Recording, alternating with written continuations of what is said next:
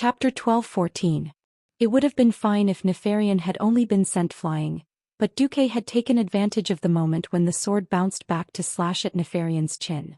If it weren't for the fact that Nefa was rather agile and managed to dodge the sword's momentum by leaning back, Nefarian's head would probably have been split in half. At this moment, disbelief was written all over everyone's face. Magni covered his wound and his eyes were as wide as bells. Grom turned around and grinned widely. Gavinrad, who had rushed over, slashed with his sword, but Nefarian dodged it with a quick retreat. The Black Dragon King's dodging was too big. It was like a sliding step and he slid back more than 10 meters while maintaining a half-squatting position. Impossible. How did you know? Nefarian looked as if he had seen a ghost, even though his chin was so badly mangled that he looked like a ghost himself. Phew. I knew it. Duque heaved a sigh of relief. He pretended to put his hands behind his back, but was actually gesturing to his brothers. Theon held his sword in his right hand and covered Magni's wound with his left. He kept casting holy light on the shorty king. Kalia, who was still in shock, started chanting to heal Kane's broken leg. Pure shadow damage and physical damage were better for healing. Old Bull's body trembled and he pressed his broken leg against his wound. He had seen too many of his brethren lose their ability to fight because of injuries. In times of peace, if there was enough food, they would still have a good ending. However, in times of war or when there was a lack of food, they would have to end their own lives. Kane had no other thoughts. He only hoped that his broken leg could be reattached. Even if he could no longer fight, he could at least work. No. My power is not enough to expel that shadow power. Kalia cried. Old Bull's eyes turned red. He panted heavily and snorted. He propped himself up with the totem pole. Grom, do you still remember what I told you before we started the battle? Shut up. The battle is not over yet. If you want to say something, you should say it yourself. I will not be the sinner. Grom was also panting heavily. Enough. Duque suddenly yelled. I will heal your leg later. With a snap of his fingers, a clear liquid immediately appeared out of thin air and wrapped around the old cow's broken leg and wound. That wonderful ball of water kept spinning clockwise, but in the blink of an eye, it was completely dyed red. Kalia was shocked. He will lose too much. I know what to do. Duke held the spiral sword in his right hand and the obsidian queen in his left as he walked towards Nefarian, who was in a sorry state. Beside Duque, Gavinrad, Grom, Vanessa, Alicia and Sasha followed closely. Let's end this. Nefarian, you have at least 3 options. Duque approached Nefarian with a cold expression. 3 paths. Ha. Ha. Nefarian struggled to get up. Scarlet blood stained his black hair. His face was filled with grief and indignation. It was said that there were 3 paths, but to him none of them were paths. The first was to surrender. Duque probably wouldn't mind using him as a mount. The second was to maintain his current form as the Black Dragon Prince and be killed by the wrath of the giant dragon, created from his father's power source. The third was to accept Enzotha's power completely and use the mysterious magic that Enzoth had given him as a last resort. If he succeeded, not only could he expel the holy will that Duque had imposed on him, he could even turn the tables. However, if they managed to turn the tables around, it would be hard to tell who would be the one to take the fruits of victory. Escape? Sorry. For an extremely arrogant black dragon, this was never within his scope of choice. Duque's expression was cold. He obviously didn't want Nefarian to choose the third path, as it would mean a lot of unknown trouble. Unfortunately, the choice wasn't in his hands. As expected, in the next second, Nefarian's entire body started to expand again. Purplish black dragon scales, purple spikes, purple eyes filled with a strange aura. And even the shadow aura that usually filled the dragon's mouth turned into a purple gas with a sulfuric smell. Haha. Power. Power that mortals can never obtain in their entire lives. This power is so sweet and delicious. Why did I resist and hate this power so much in the past? Upon closer inspection, Nefarian's body was at least 1 size bigger than before. Even 30 meters away, one could clearly hear the cracking of his bones and the tearing of his muscles. That kind of ear-piercing sound made several heroines feel a little nauseous. In everyone's perception, Nefarian's entire body seemed to have been completely torn apart and reconstructed. His bones were forcefully stretched and his muscles were torn apart. Then, a new unknown substance grew out and forcefully filled in the empty space that was torn apart. A huge and evil power came from the depths of the ground. This power was like the most turbid of torrents, and it easily destroyed the blood hall that Nefarian had painstakingly set up so that the larger Nefarian could have a wider space to stretch his huge body. The current Nefarian was probably more than 80 meters long, right? With a wingspan of nearly 100 meters, it made people feel like he was an absolute fortress in the sky. The moonlight shone on his huge body, giving off a demonic glow. Nefarian flapped his wings in the air and laughed maniacally. "Ha! Are you afraid? Are you desperate? Insignificant mortals. Tremble under my power." Nefarian spat out his venomous tongue without hesitation, venting his anger and arrogance. The corner of Duque's eyes twitched and he finally sighed. "Idiot. Do you think the power of an ancient god is so easy to obtain? What's more, you shouldn't have exposed yourself to the moonlight." "Huh. Sorry to trouble you, Goddess Alun," Duque said softly. Suddenly the sky and earth changed color. The moonlight was like water as it gently shone on Nefarian's body. To others, the moonlight that seemed harmless suddenly caused a terrifying change when it shone on Nefarian's body. But what power is this? When Nefarian's huge dragon wings touched the moonlight, it was like a mortal's arm was placed in a pool of sulfuric acid, and it made a shocking sizzling sound. The huge dragon body fell from the sky and made a loud noise. Then he rolled on the balcony of the highest floor of the Blackrock Tower in agony. Other than Duque, everyone looked at the situation in front of them with their mouths agape. "Idiot, do you think the will of a true god is so easy to expel? When I injected the will of a goddess into your body, your coordinates were already exposed to Alun's vision."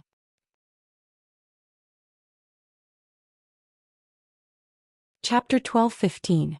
Suddenly Sasha reminded them, "Look at the moon."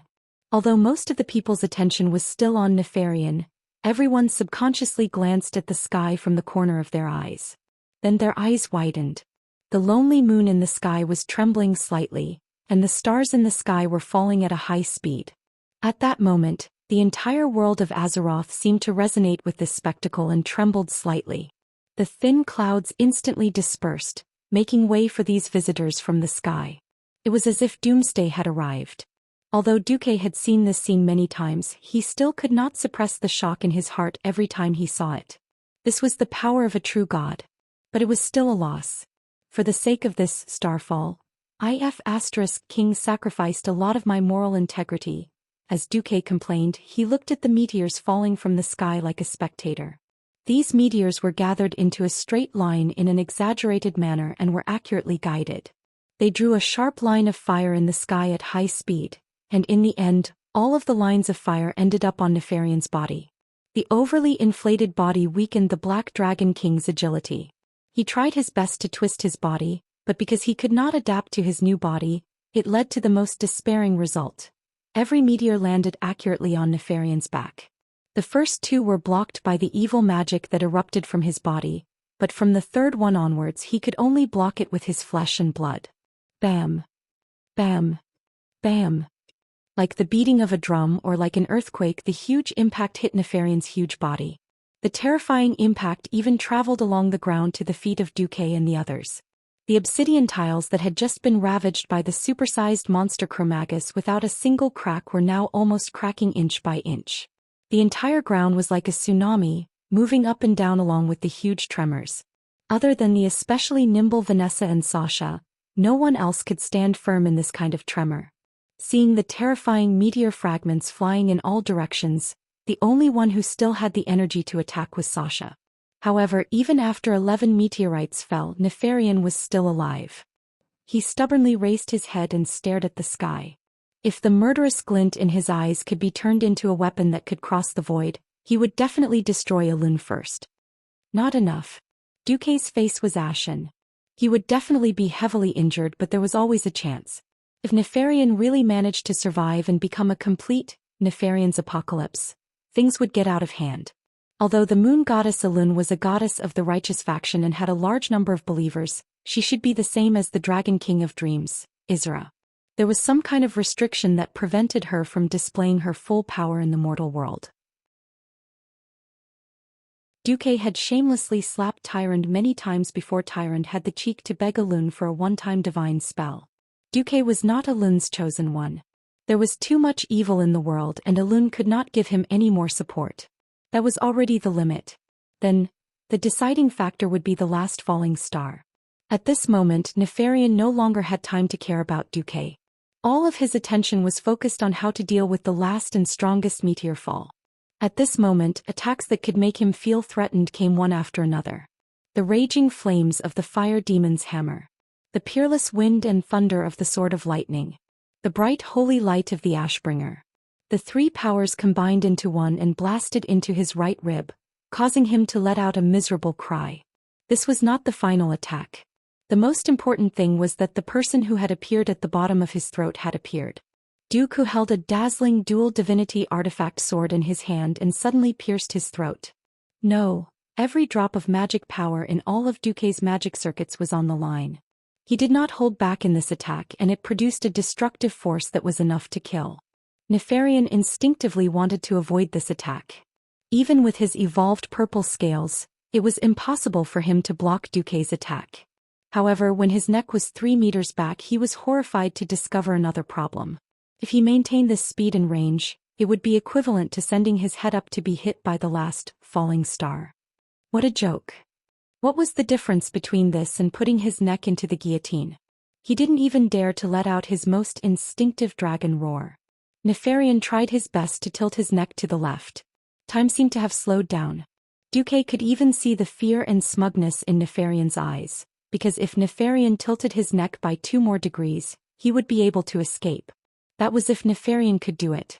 The dragon's neck that was tilting back at high speed was suddenly stuck by something. It was a magic staff. It was stuck in the angle between the dragon's neck and back like a support. If it was an ordinary epic equipment, Nefarian's terrifying brute force would probably be able to crush it easily. Only it was a demi-artifact, the staff, Obsidian Queen, that Duque had just drained of all its mana. If Duque had a choice he would definitely not waste it and use a demigod staff as a support. Unfortunately, the quality of the other staffs he had was not up to standard. Who knew if an epic staff of the level of Mount Hydril would have the hardness and toughness to withstand the attack of a level 85 boss like Nefarian's Apocalypse? He could only give it away. A mage's hand secretly stuck the falling star on Nefarian's spine. This little trick made Nefarian's movements slow down for 1/10 of a second. Just 1/10 of a second. But it was exquisite to the extreme. Duque pressed against Nefarian's chin, and sent the head of the Black Dragon King right under the falling star. Boom! It was a huge collision that could shatter heaven and earth. The dazzling light flashed so brightly that none of the heroes dared to look at it. The scattered sand and stone fragments easily turned the surroundings into a mess. Cough, cough, cough. The sand and dust naturally caused people to cough. After a moment of panic, Gavin Rad was the first to react. Storm. Blow them away. With a wave of the wind sword, all the smoke and dust were blown away, revealing Nefarian's huge dragon corpse. Everyone could see that Nefarian's head had fallen off. Obviously, the current Black Dragon King that had all kinds of cruel scientific inventions was dead. Hooray! We won.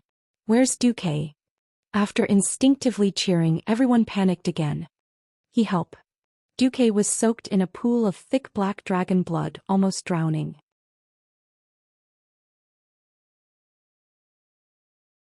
Chapter 12:16. When Duque's last starfall hit Nefarian's head, it pierced through Nefarian's throat, followed by his cervical vertebrae. Then he activated Ice Barrier. Even with his Breaking Dawn Mage's Ice Barrier, which was many times harder than Diamond, he almost couldn't withstand it. Under the huge impact, he was directly blasted into the huge pit under Nefarian's body. When the Ice Barrier's duration ended, Duque had no choice but to retract the high-density ice elemental barrier. Tragically, he found himself soaking in a pool of dragon blood. Blurg.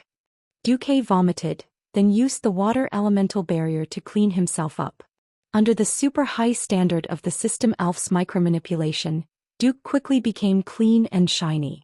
Unfortunately, the stench of dragon blood on his body was immediately despised by his lovers.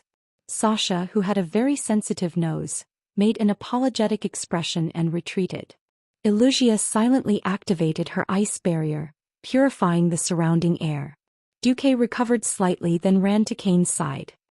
He raised his hand and a visible dark aura flew into the air from Kane's thigh and circled around Duque's hand. Duque squeezed his hand and it disappeared. Without any time to rest, Duque immediately switched to his priest form. At first, Duque was like a terrible priest trainee. There wasn't a single trace of holy light on him. But gradually, the holy light in the air, or rather the holy will that had killed Nefarian, responded to Duque. Duque's lost moral integrity began to return. Twinkling like stars, they shone brilliantly. The golden light on Duque's body accumulated more and more. In a few breaths, Duque's golden light had already surpassed the level of a regional bishop. At this moment, Duque looked like a god. He was bathed in holy light, and his face was filled with kindness and love.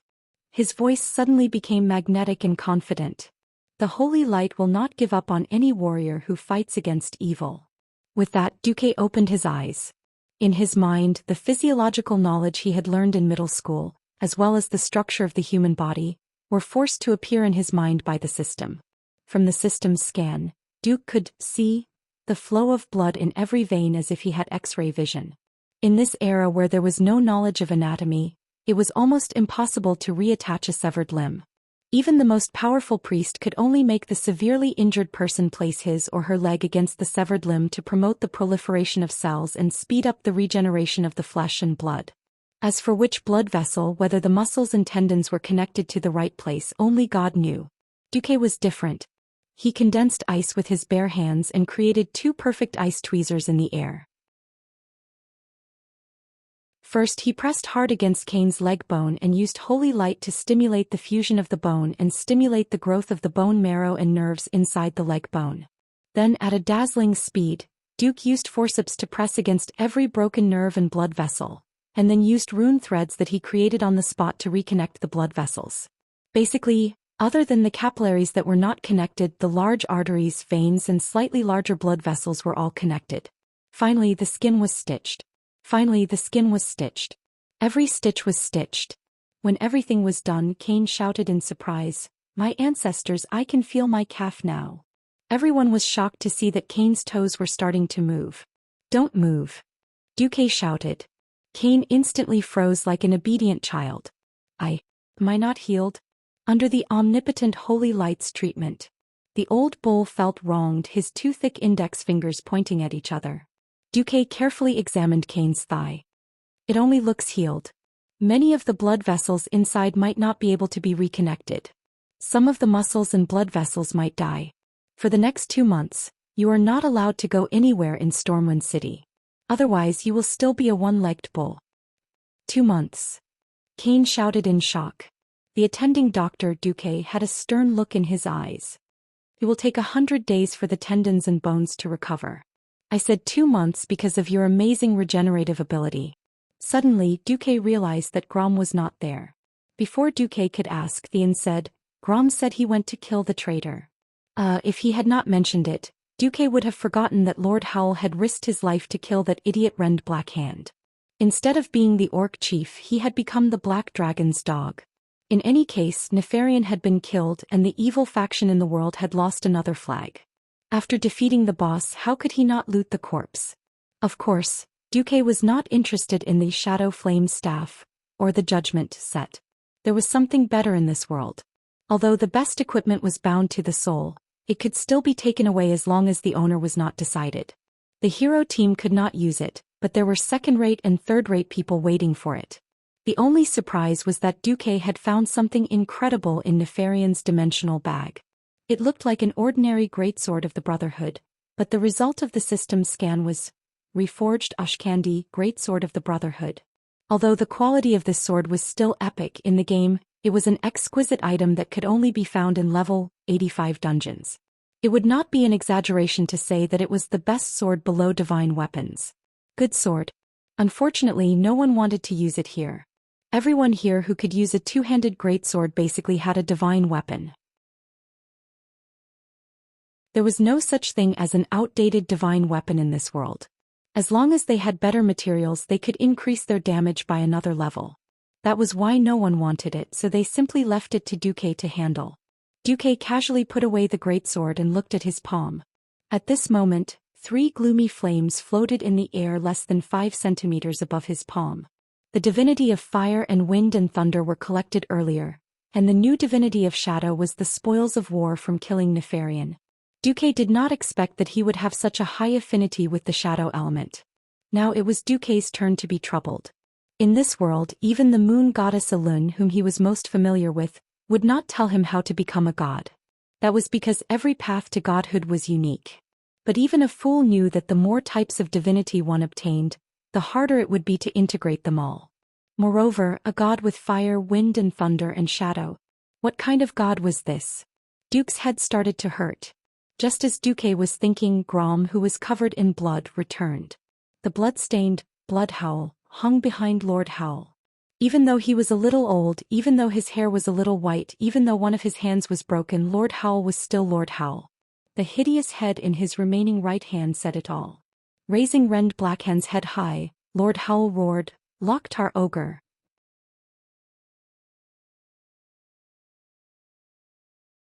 Chapter 12:17. Loktar Ogre. If we don't win, we'd rather die.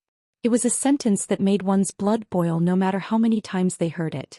It had long surpassed the meaning of words and had become a symbol, a totem, a symbol that represented the will of the orcs.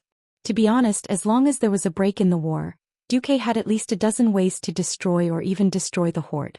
However, after hearing Grom's Loktar Ogre, Duque suddenly felt a little unbearable. In Duque's heart, the history of Azeroth was the history of the alliance and the horde separation and union. As a human, Duque could not wait for the horde to die. However, as a witness to a brand new history, Duque felt a little reluctant after integrating into this world. Phew. I'll cross the bridge when I get there. Duque whispered to himself. After dismissing the grudges between the alliance and the horde from his mind, Duque turned around and shouted, Vanessa, go skin the dragon. Damn. I'm your weak little handmaiden. You actually asked a lady to do this kind of rough work? Although Vanessa complained non-stop, her hands were not idle at all. She grabbed her Funkel's skinning knife and ran over to Kieran. Just as Vanessa got close to Nefarian's huge purple body, something unexpected happened. Rumble. A violent spatial fluctuation alerted Duque's entire team. Everyone picked up their weapons and looked at the scene in front of them in shock. They did not know what was going on, but a pool of black water the size of a small lake suddenly spread across half of the highest peak of the Blackrock Spire. In the blink of an eye, many black tentacles emerged from the black water. Vanessa screamed and immediately activated Sprint. She jumped back 3 times and retreated into the cover of a few warriors. Seeing the system notification, Duque was shocked. He could not help but cry out, Enzos? It's me. What are you doing here? Your cage? It has nothing to do with the cage. I'm only here to collect the offerings that belong to me. Since that idiot Nefarian promised me that he would not be able to offer his sister Onyxia to me, he would make himself my sacrifice. I'll reluctantly recall him now. Enzo's terrifying voice seemed to come from all directions at the same time. It was clearly not the common human language, but it was directly understood on a spiritual level. This wasn't an intentional mental attack by Enzos. However, this act of stealing spoils of war still made Duque very unhappy. Humph. Take Nefarian's body? Have you asked for my permission? Duque snorted coldly and opened fire. The hundreds of magic circuits in his body, big and small, instantly operated to the limit. In the next moment, more than 1,000 dazzling magical lights dazzled everyone's eyes. Everyone thought that Enzos would use some strange magic shield to block Duque's attack. Unexpectedly, more than 1,000 octopus tentacles, nearly 100 meters tall, rose from the pitch-black pool. Enzos actually used his own limbs to forcefully block Duque's magic wave. What? Duke Marcus, we will give you the duel you want. But not now. A light sneer was carried by the wind. Along with the creepy laughter and Zotha's tentacles, the black water, and Nefarian's huge corpse and head all disappeared into thin air like a dream. It was as if the Black Dragon King Nefarian had never existed, and the fierce battle that Duque and the others experienced was fake. Damn it. Gavin Rad stomped his feet, and the heavy leg guards made a clanking sound as they stepped on the hard ground. Duque patted Gavin Rad's shoulder and comforted him. Forget it. Even though our victory benefited more than one party, a victory is a victory. We should be happier. Gavin Rad felt a little better after hearing that. As if he was plundering the land after plundering all the loot in the surroundings, Duke easily opened the teleportation door on the platform at the top of the tower, which was no longer obstructed by the powerful shadow energy, and connected to the teleportation room in Stormwind City. Almost as soon as they stepped out of the portal, Duque and the others were shocked by the cheers and exclamations. They understood the cheers, but why were they exclaiming? Holy light above, you're finally back. Duke Bolvar for Dragon, who was left behind, rushed over immediately. What's wrong? Bolvar, what happened? Something big. Of course it's something big. A week before Duque and the others returned, something big happened in the Alliance. The cause of the matter was originally a small matter that did not seem serious. When Naxxramas was wreaking havoc all over the world, Alexandros Mograine, who had announced his retirement to the second line, had no choice but to take up the heavy responsibility of defending the holy city of Stratholme. On this day his eldest son Reynold found him. Father, I want to propose to Sally. What? Alexandros was shocked when he heard this. The next moment, a wave of anger filled old Mograine's face. You unfilial son. Say that again if you dare. Reynolds was shaken, but his desire for love drove him to his head and he roared recklessly, I like Sally. What's wrong with that? We've been together since we were young and I love her. I want to make her my wife. What answered Reynold was an angry punch from his old father. The fist, which was filled with holy light, sent Renaud spinning in the air before he fell to the ground in a sorry state, knocking over a pile of tables and chairs. You bastard. Sally Whitemane was entrusted to me by my comrade before he died. She's my stepdaughter. In Lordaeron's household register her name is in my children's column. If she wants she can even inherit my surname Mograine. Alessandro gave his eldest son a hard kick. She's your sister. Wiggly. On the basis of justice. You actually want to defile her? You're raping her. Are you crazy or what? Faced with his father's roar, Reynold argued. I'm not related to Sally by blood. Shut up. You've learned the way of the holy light for so many years. What did you learn? Alexandros was furious. No, this has nothing to do with the holy light. I love her. Father, let me ask you, if she wasn't your daughter, would you allow me to marry her? Reynold roared. Old Mograine paused for a full 3 seconds. His livid face finally squeezed out 3 words. No, you deserve it.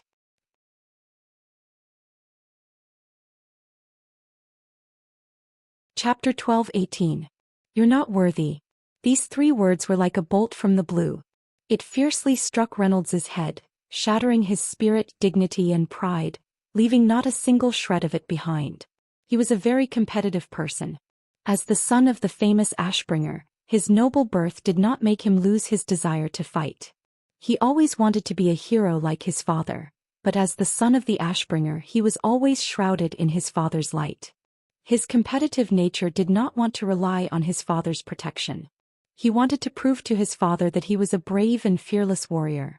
Unfortunately, Renaud was born at the wrong time. Ever since Alexandros successfully became a paladin, Renaud had been trained as a paladin. In fact, his talent was not too bad. It would not be a problem for him to become a third-rate paladin. However, because the Alliance had Duque, the strongest group of paladins was basically preserved. The top paladins were the 4 Silver Saints and Alexandros. Below them were Riadaline, Abendis, Bolvar and Reginald Windsor. The third-rate paladins, Duque did not care about them at all. However, Renaud's own strength was not just one level lower. Alright. The Alliance did not lack paladins, but they lacked priests. Without a priest, Duque would be in a difficult position.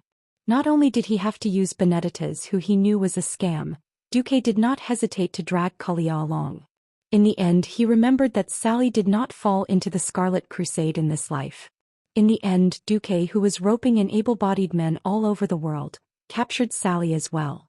As a result, after the Molten Core expedition, Sally Whitemane, who was Renaud's childhood friend, suddenly became the new heroine of the Alliance.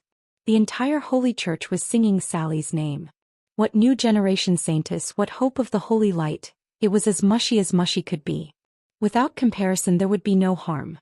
The adopted daughter that he brought back became a hero, while his own son looked like a mediocre paladin. It would be strange if Alexandros had a good expression. The old man did not approve of Renault's performance. He found fault with his son everywhere and often reprimanded Renault in public. This made Renault, who was extremely proud, very unhappy. In fact, the great lord had always hoped that his son would become a true hero.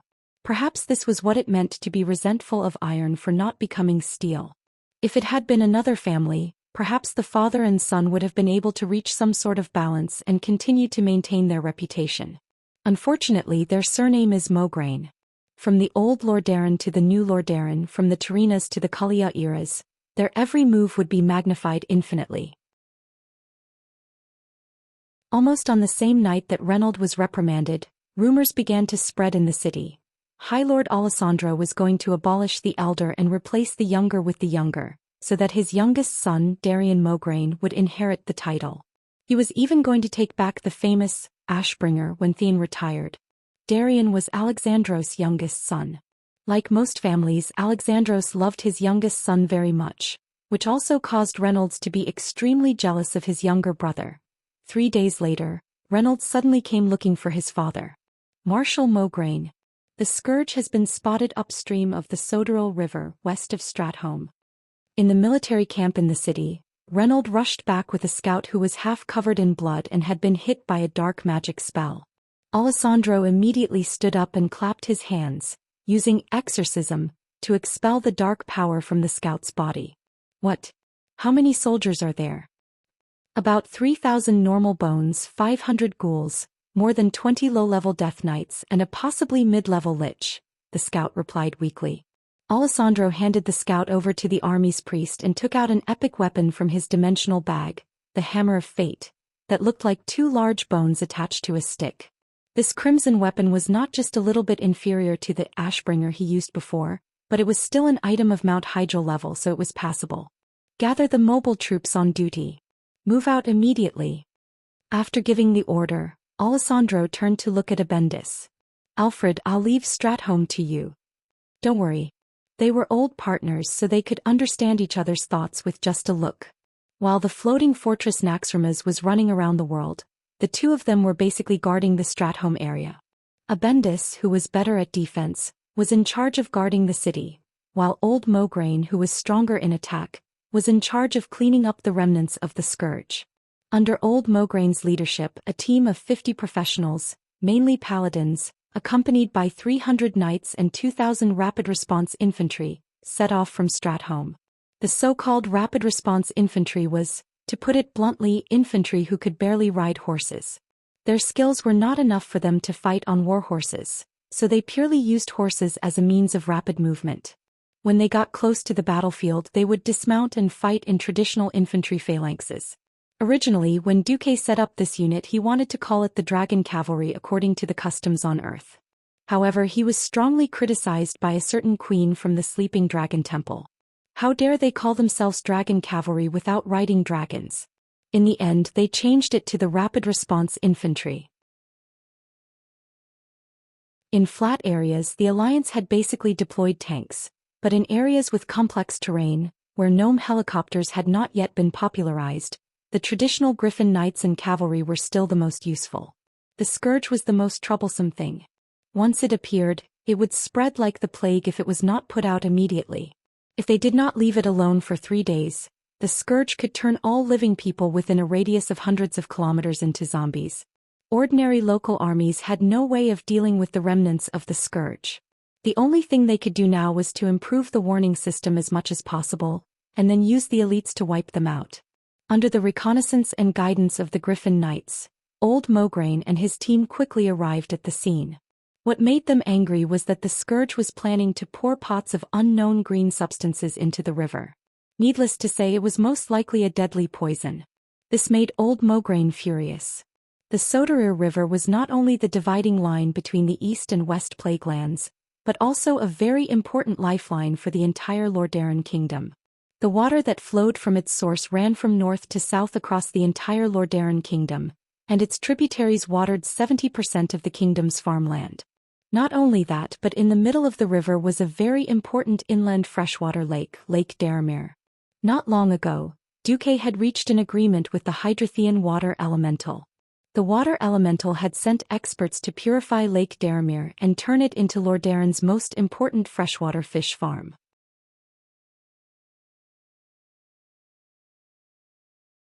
Chapter 12:19. To the south of the river, the water would flow through the most fertile Hillsbrad Hills in the entire Lordaeron continent, irrigate places like Terran Mill, and finally flow into the sea at the edge of South Sea City. It was no exaggeration to say that the Soderir River was the lifeline of half of the Lordaeron continent. What the Calamity Army was doing now was forcing millions of people to their deaths. Attack.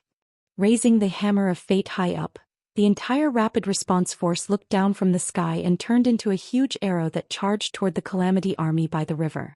The charge of thousands of warhorses created the momentum of an army of thousands. The earth was shaking and the sky was shaking. Kill these bones. The soldiers' blood was boiling. Following the famous hero, Ashbringer Mograine, to charge was the battle they pursued. Even if they were led by the nose by the Calamity Army, they still chased after each battle without hesitation. Because every battle against the undead was given honor. This was a battle of honor to protect their families and the beautiful creatures of this world. Due to the limitations of their talents, they would never have the chance to step into the realm of heroes and participate in the epic battles that were praised by bards for thousands of years. They were only mortals. However, even if they bled to the last drop of their blood, they would never regret it. This was because the great commander of the Alliance, Duke Marcus, once said, "Those who use their lives and souls to protect their beliefs and hopes are already heroes. Your heroic deeds will always be worthy of respect."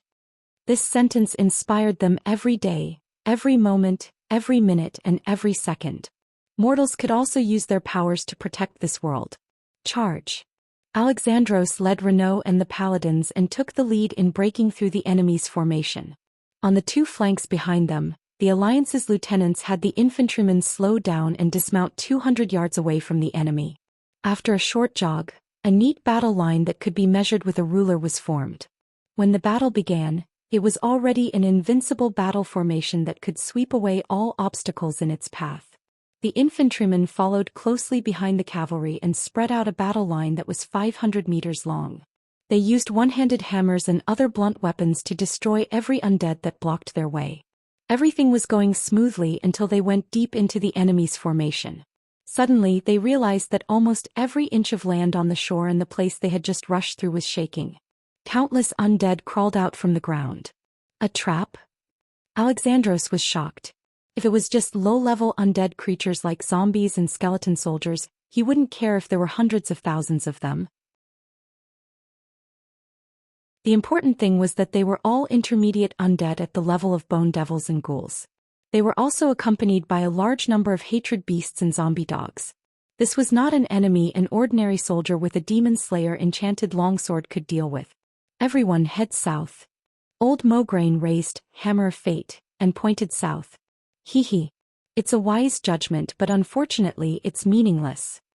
Along with a cold laugh, Kel'Thuzad's undying figure wrapped in an evil aura appeared on top of a small hill in the direction they came from. A large number of high-ranking Death Knights and high-ranking liches appeared from all four directions, and the ones leading them were people that Alexandros was familiar with. You. Old Mogaine's voice was choked with emotion. The few people that came into view were all powerhouses that he had high hopes for. They were just a little bit away from stepping into the hero realm. Duchess Blomu, Sir Zeliak, Lord Kurtz. Mograine had all worked with them before. He was even more clear that Blomu and Zeliak had developed feelings for each other and had become lovers after spending a long time together. He had wanted to attend their wedding after the Cataclysm attack, but who would have thought? Now they had undoubtedly stepped into the hero realm, but unfortunately they were Death Knights. It was as if they were breaking through the waves and easily killed the elites trained by old Mograine. They reached Mograine almost effortlessly. Join us. You will become the head of the 4 horsemen of the apocalypse. Blomua's eyes were filled with dark magic and emitted a strange light. Old Mograine did not say anything and directly swung his warhammer at the 3 Death Knights. This was not the first time, nor would it be the last. As long as a comrade died and became an undying, then they would be enemies in another world. Hadash, Alexandros roared 3 times, and with each roar he easily sent a horseman of the apocalypse flying. This power. Hehe. Kel. Thizad looked at old Mograine and his red eyes flickered non-stop. Suddenly he attacked. Bind. Dozens of greenish-black chains of dark energy appeared from the void and bound Mograine tightly in an instant.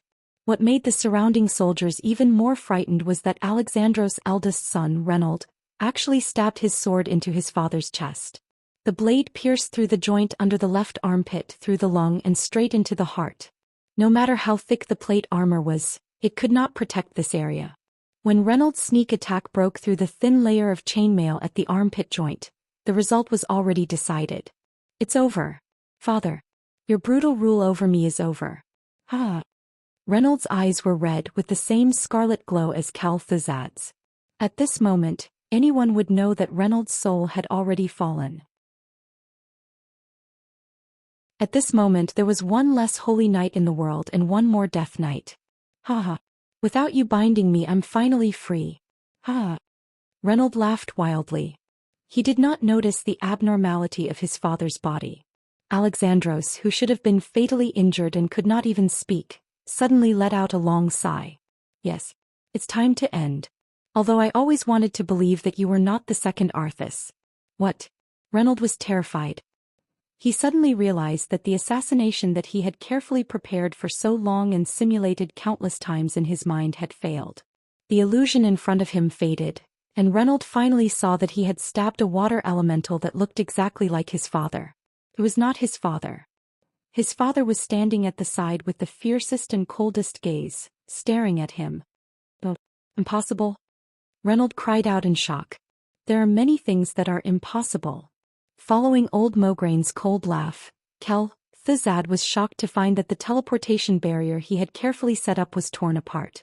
Hundreds of teleportation gates appeared outside the Scourge army. With Tyrant as the leader, the Alliance powerhouses all appeared.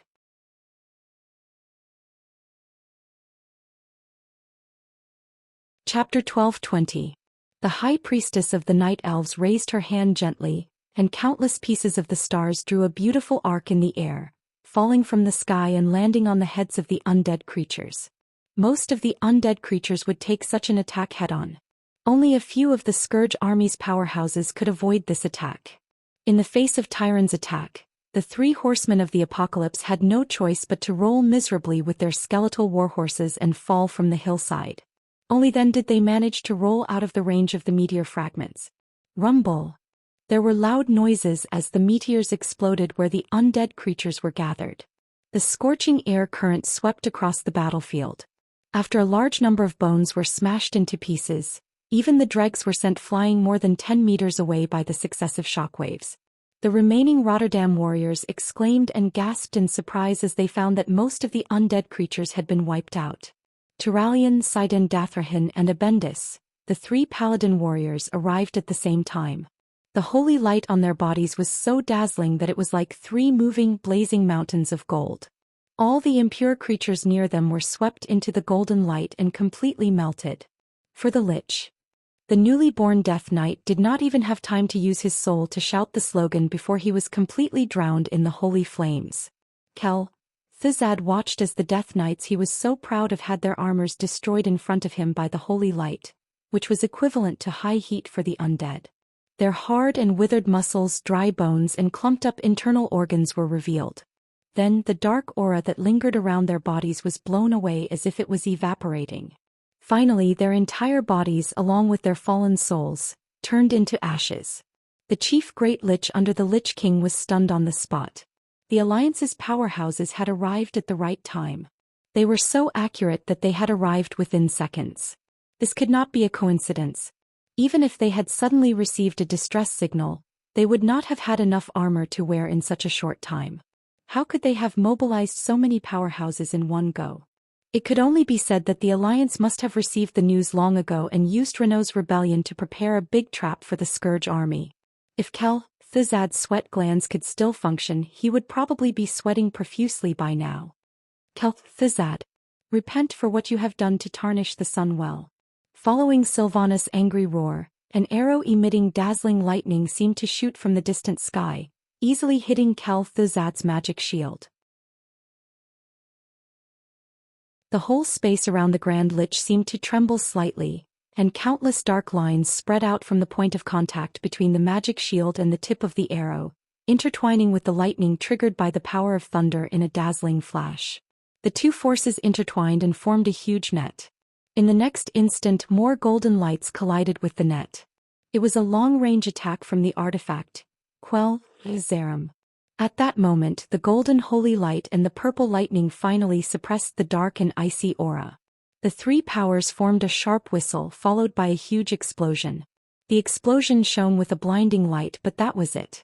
Everyone was surprised to see this scene. Kel-Thuzad actually stopped under the intense impact and light of the explosion. No. Every expert from the Alliance wanted to shout out the word, impossible, but the air seemed to have become as sticky as glue. What now? The warriors who came with old Mograine were the most confused about the situation. They thought it was an ordinary extermination of the remnants of the Scourge army, but it turned into a decisive battle with the main force of the Scourge army. They saw that Alexandros had the upper hand, but suddenly the son of the Ashbringer betrayed them and stabbed his father's vital point. It felt like a repeat of the tragedy of Arthas killing his father. They thought that it was going to be a tragedy this time, but who knew that the experts of the Alliance would arrive and turn the situation around again? Who knew that when the Alliance saw that they had the upper hand, it was as if time had stopped? What was it this time? To the surprise of all the living, the Scourge army also heard cries of surprise. They saw the faces of the Death Knights with bewildered expressions. An evil will from the faraway stars, from the darkest void of the universe, had descended. When the projection of the huge will descended on this battlefield, the space shook. The length and width of the battlefield were at least 3,000 meters, and it could collapse at any time because it could not withstand the huge pressure. In their field of vision, the entire shoreline of the wide and turbulent Soderil River was twisted like a fried dough twist. The sand and stones on the ground floated into the air as if they were defying gravity. The wide battlefield had become the most incredible and strange space. The rapid river slammed against the riverbank, and there should have been a loud sound like a huge wave hitting a reef, but no one could hear any sound. The only sound that everyone heard was a strange sound. If one had to describe what this sound sounded like, it could only be said that it sounded like a monster with a big mouth chewing a large amount of glass shards in its mouth. The will that stood at the pinnacle of evil had an extremely strong pressure that spread in all directions. It made the low-level undead creatures fall to the ground and tremble, not daring to move an inch. The middle and high-level undead creatures lowered their heads and did not dare to look directly at the projection. The faces of the mortal soldiers were all pale, and their foreheads were dripping with cold sweat. Their eyes had turned dark because of extreme fear and they could not see anything. Their hearts were like a lonely boat drawn into a terrifying whirlpool that could capsize at any time and drown in the endless tide of death. The one that appeared was one of the three heads of the Burning Legion, Jaden. The huge red demon leader laughed sinisterly. Yo! The ants that dare to defy the will of the Legion, and the despicable traitors that dare to betray me, it's time to settle accounts. Ha! Accompanied by the demon's wanton laughter, everyone on the battlefield was horrified to find that the space was distorting further. Jaden seemed to want to tear the entire battlefield into pieces, or throw it out of the world of Azeroth. Get closer to me, Ronan shouted. Spatial magic was not Ronan's specialty. As a genius in the arcane system, Ronan also had good attainments in spatial magic. Especially under Duque's guidance, Ronan was instilled with a large amount of ordinary astronomical knowledge that he thought was common knowledge. To a native of the world of Azeroth, this was undoubtedly a great awakening. Ronan's spatial magic improved by leaps and bounds because of this. It was obviously unrealistic to protect everyone from the demon leader's shocking conspiracy. The only people Ronan could protect were the strongest people around him.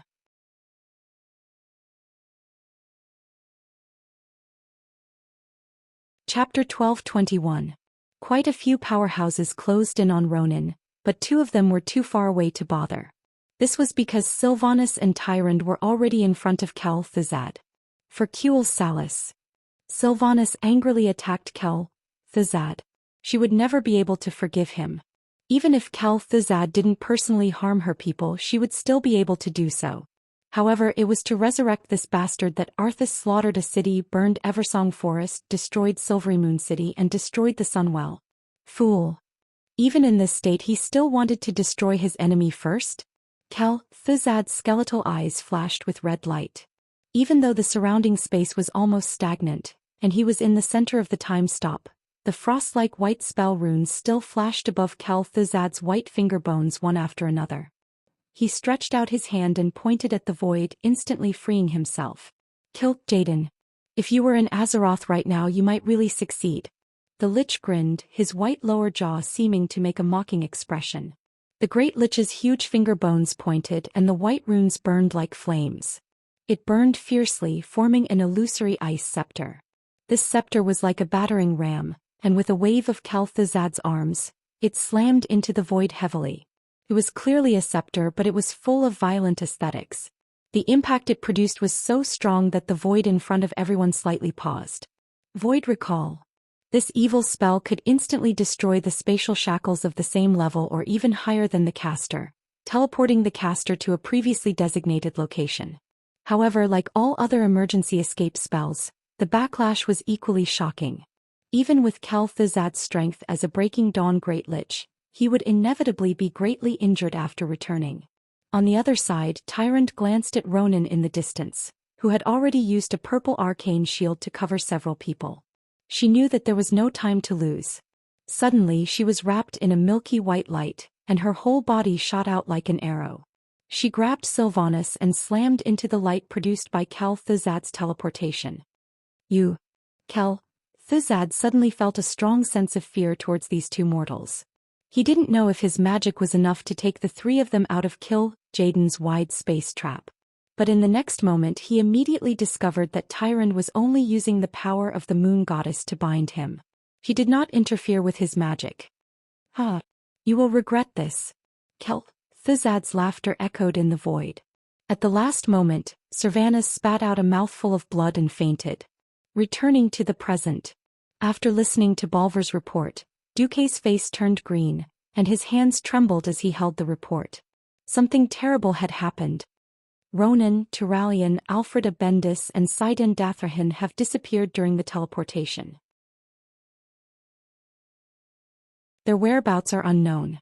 Tyrant Whisperwind and Sylvanas Windrunner have been captured by Thuzad for some reason. Now, Her Majesty the Moon Goddess Elune has sent a request to the Alliance for help. She is doing her best to protect the two of them from being killed, but time is limited. Alexandros Mograine is seriously injured and is currently recuperating in Lordaeron. It wasn't an exaggeration to say that this counterattack, which had gathered a large number of Alliance powerhouses, could be said to be a complete failure. Just this report alone made the joy of killing Nefarian disappear into the abyss. Duque was speechless for a long time. Beside him, the weak Kalia was already bawling loudly. Elugia hugged her tightly, not knowing how to comfort her. Sasha was frozen on the spot, not knowing what to do. Every hero that returned from Blackwing's nest had ashen faces. Jaden's desire to destroy Azeroth had never died. Duque had always known this. But he didn't expect Sir Swindler to be so ruthless this time. He actually took both sides. Should he say that it was no wonder he was called the Swindler? The information must have been leaked somewhere. Duque already knew that Reynold was a troublemaker. Since there was the tragedy of Arthas killing his father in this life, Duque didn't dare to pretend to be a saint. He was sure that Reynold would be good. So he reminded Alexandros and secretly told Abendis. He even arranged for a possible counterattack in advance. But he didn't expect it to be used, and it almost hit Thuzad in the face. The only thing he didn't expect was that the mantis stalks the cicada, unaware of the oriole behind. As expected, neither the cunning Jaden nor the sinister ancient god were easy to deal with. Magni came up and patted Duque's shoulder. I don't dare to say that I can understand how you feel when your lover is snatched away, but I have to remind you that you are now the commander of the Alliance. You have to make a decision as soon as possible. Tell every warrior in the Alliance what to do. Varian and the others are being held back by the hacker greenskins. If we still have to go on an expedition, we can only rely on the few of us. Duque looked around. Although every hero's eyes were still full of spirit, Duque knew that their mental and physical strength had reached their limits.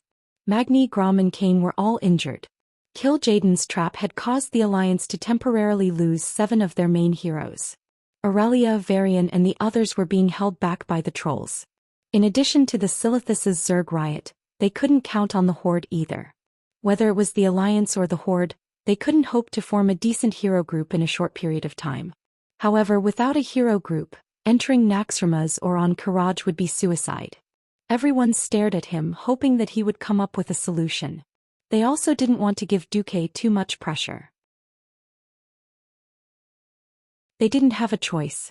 This was because, under the trickster Kil'jaeden's plot, the evil forces hidden around the world had already begun their attack. If they didn't do anything, Azeroth would be destroyed before the Burning Legion's main force arrived. At this moment, Duque finally felt the weight on his shoulders. He took a deep breath and exhaled the turbid air from his lungs. Duque raised his head slightly. His clear voice echoed in the entire Stormwind Council hall. I have to admit that our enemies are very strong. They are strong, terrifying, sinister, far-sighted and numerous. However, this isn't a reason for us to give in and retreat. Since Kil'jaeden has the ability to gather so many evil forces together, shouldn't we eliminate them all at once? At once? Eliminate them all? Everyone almost thought that Duque was talking in his sleep. Duque smiled and turned to look at Magni. I announce that Area 51 will be unsealed immediately. It seems that we have to use that thing inside. That thing? Magni's eyes instantly lit up.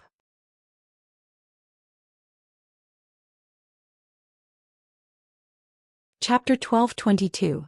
Area 51, DuPont's Bad Taste.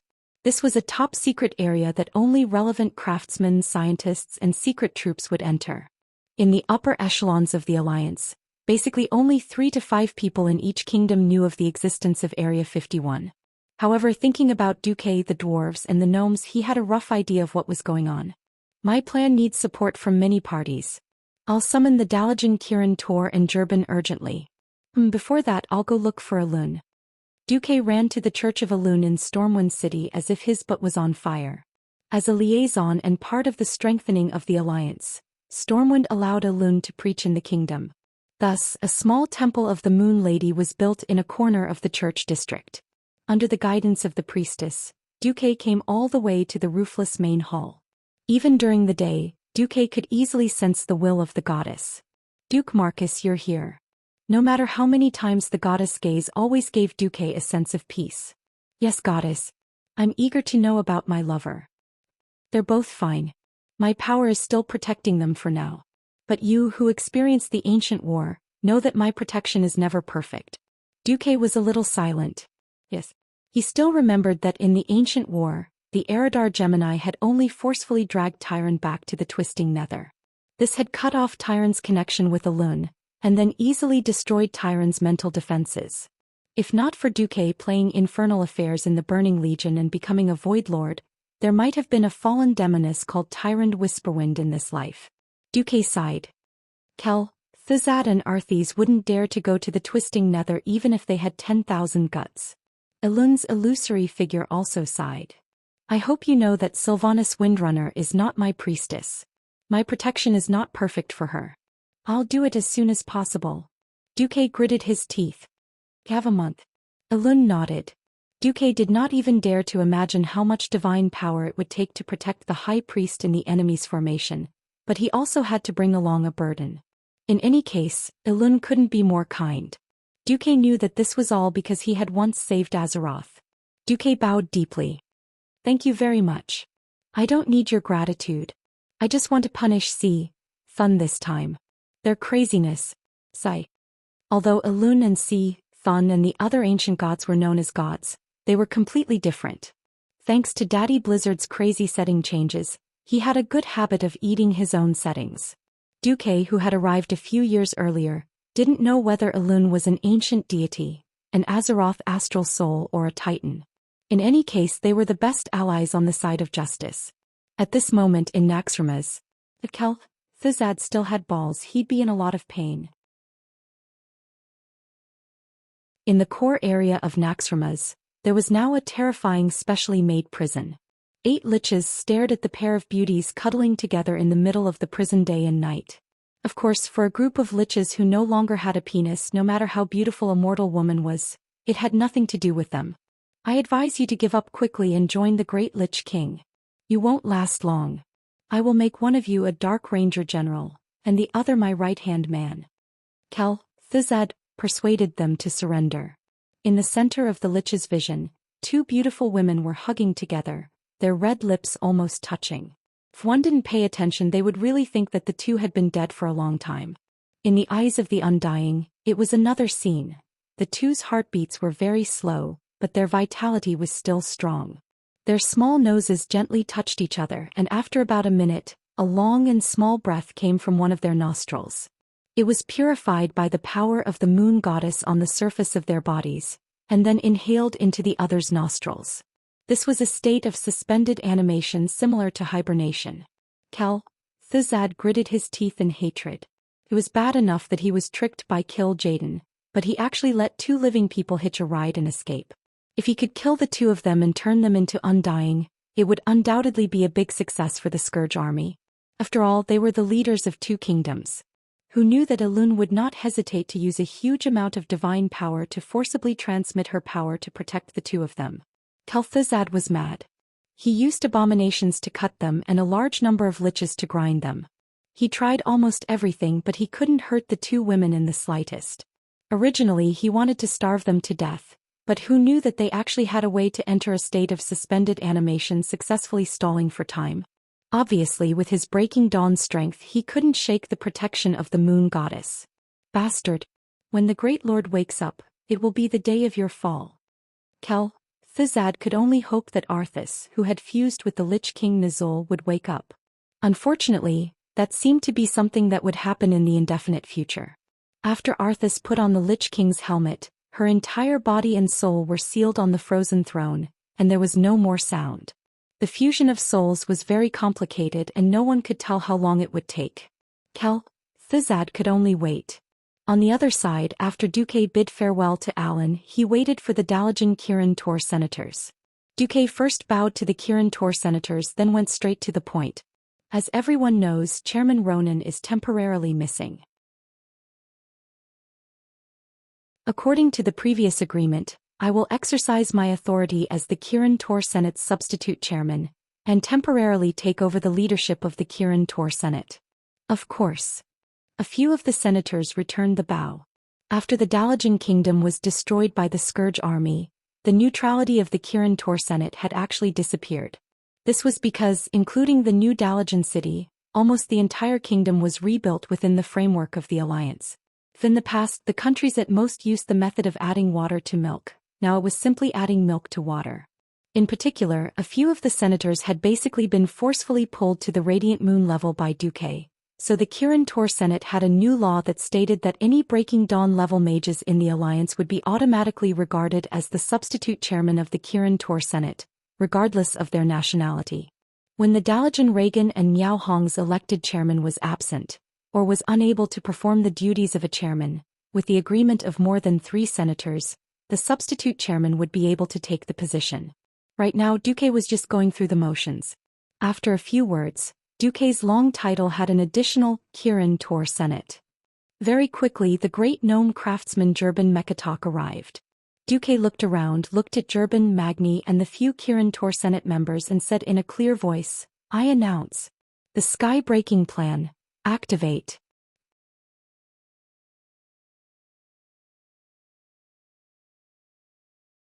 Chapter 1223.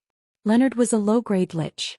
Since he was a human sky wizard when he was alive, his soul was captured by the Lich King after he died, and he naturally became a lich. In the Barren Lands, his undead soldiers were gathering the corpses of a village that had been slaughtered. The quality of orc skeletons and zombies is indeed better than that of humans. It's a pity that orcs don't have the chance to give birth to lich. It was a very ordinary sentence to himself, but in the end, he was shocked to find that it took dozens of times longer for his thoughts to be conveyed. Speed reduction. He realized something, but he was powerless to change the situation. He wanted to call for help, but none of the skeletons around him could sense his mental commands. In the next moment his consciousness completely dissipated. He did not even know that a young wizard in a blue and white robe was standing behind him. Interesting.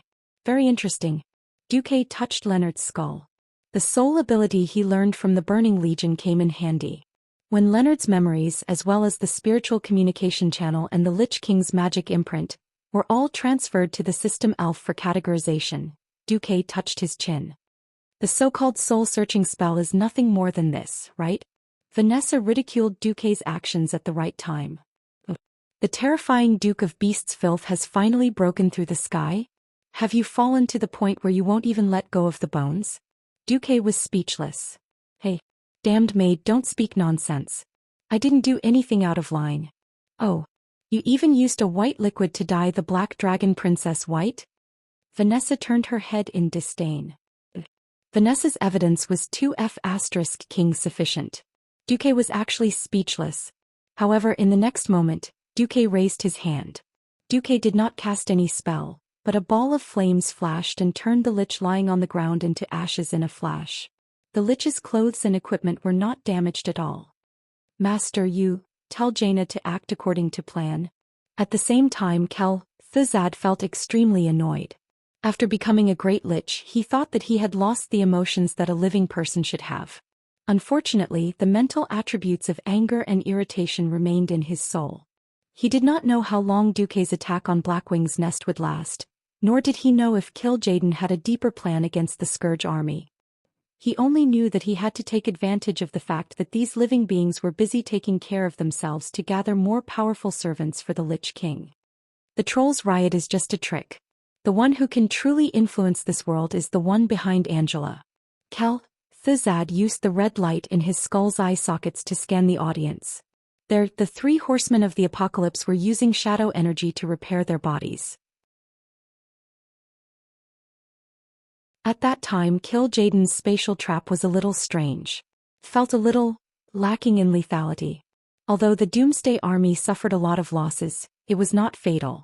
For example, among the three horsemen of the apocalypse, Kurtaz, who was the most heavily injured, had only lost his lower body. It was fatal to the living, but it was nothing more than that to the undying. Thuzad was still dissatisfied. Not good enough. There must be a strong enough individual. It would be better if it was a paladin. After becoming a great lich, he had done a lot of inhuman experiments. He had basically come to the conclusion that the strongest undying must be transformed from the strongest living beings. Without the living there would be no dead. The growth of the Scourge army still needed to be filled by strong living beings. This was not good news for Thuzad, who believed in the supremacy of the dead. Before the Lich King woke up again as a servant, Thuzad could only follow the existing rules. Looking at Renaud Maugraine, who was standing a little further away, Thuzad felt a little annoyed. This kid had not shown his value at all. If he had succeeded in assassinating his father and dragged the famous Ashbringer into the realm of the dead, Thuzad might have given him the position of a second-rate leader. But now, a third-rate Death Knight, scram to where you want to go. Raising his huge palm, his sharp bony fingers pointed to the east. Thuzad ordered, Naxxramas begin movement. Target South Sea City. Thuzad's memories as a human were not that long ago. He was very clear that humans were fragile creatures that would starve to death without food. At this time in the Eastern Kingdom, the production areas of the southern continent were concentrated in the western wilderness and the elven forest. The problem was that the despicable Duque had managed Stormwind like an iron bucket. The Sentinel territory had been upgraded to a Sentinel stronghold, forming a defensive chain with the West Spring stronghold. In addition, a large number of cavalry and tanks formed a rapid response force, making the small forces of the Scourge army useless. In order to show the power of the Scourge army and let the once suppressed cult of the Cursed rise again, Thuzad thought that it was necessary to destroy the capital of the Alliance as an example. Just like what Arthas had done 6 years ago. South Sea City. This was a miracle city that had developed from a small seaside town 20 years ago. As an important port connecting the northern and southern continents by sea, South Sea City's defense was also not bad. However, it still lacked the foundation of an old kingdom's main city. The city walls could be completed by the dwarves' machinery, But the magic protection rune engraving work on the city walls could not be done quickly. A mage's magic and mental strength were limited. Even the strongest mage could only spend an hour a day engraving magic runes. Therefore, the magic protection level of South Sea City could only be considered below average. In fact, the same situation was happening in New Lordaeron City, but Thuzad thought that His Majesty the Lich King would be more interested in attacking Lordaeron City himself. The time he chose was very sneaky, letting Naxxramas approach in the air just after nightfall. If everything went well, Naxxramas could raid South Sea City at around 12 o'clock in the middle of the night. For humans, nighttime was a time when their field of vision was greatly reduced, but for the undead who could only perceive the outside world with their souls, this was the golden time of the undead. Everything seemed to be going well until Thuzad was shocked to see a huge floating island no smaller than Naxxramas in the sky above South Sea City. That is, Thuzad would never forget the domed purple mage towers that stood on the island. That was the crystallization of magic wisdom that had been settled for 2,800 years. It was also a testament to human magic civilization. Although it had been destroyed by the Scourge army once, it was obvious that it had been rebuilt. And it appeared in a new form in front of the Scourge army. Thuzad's voice was almost whispering, "Dalajan."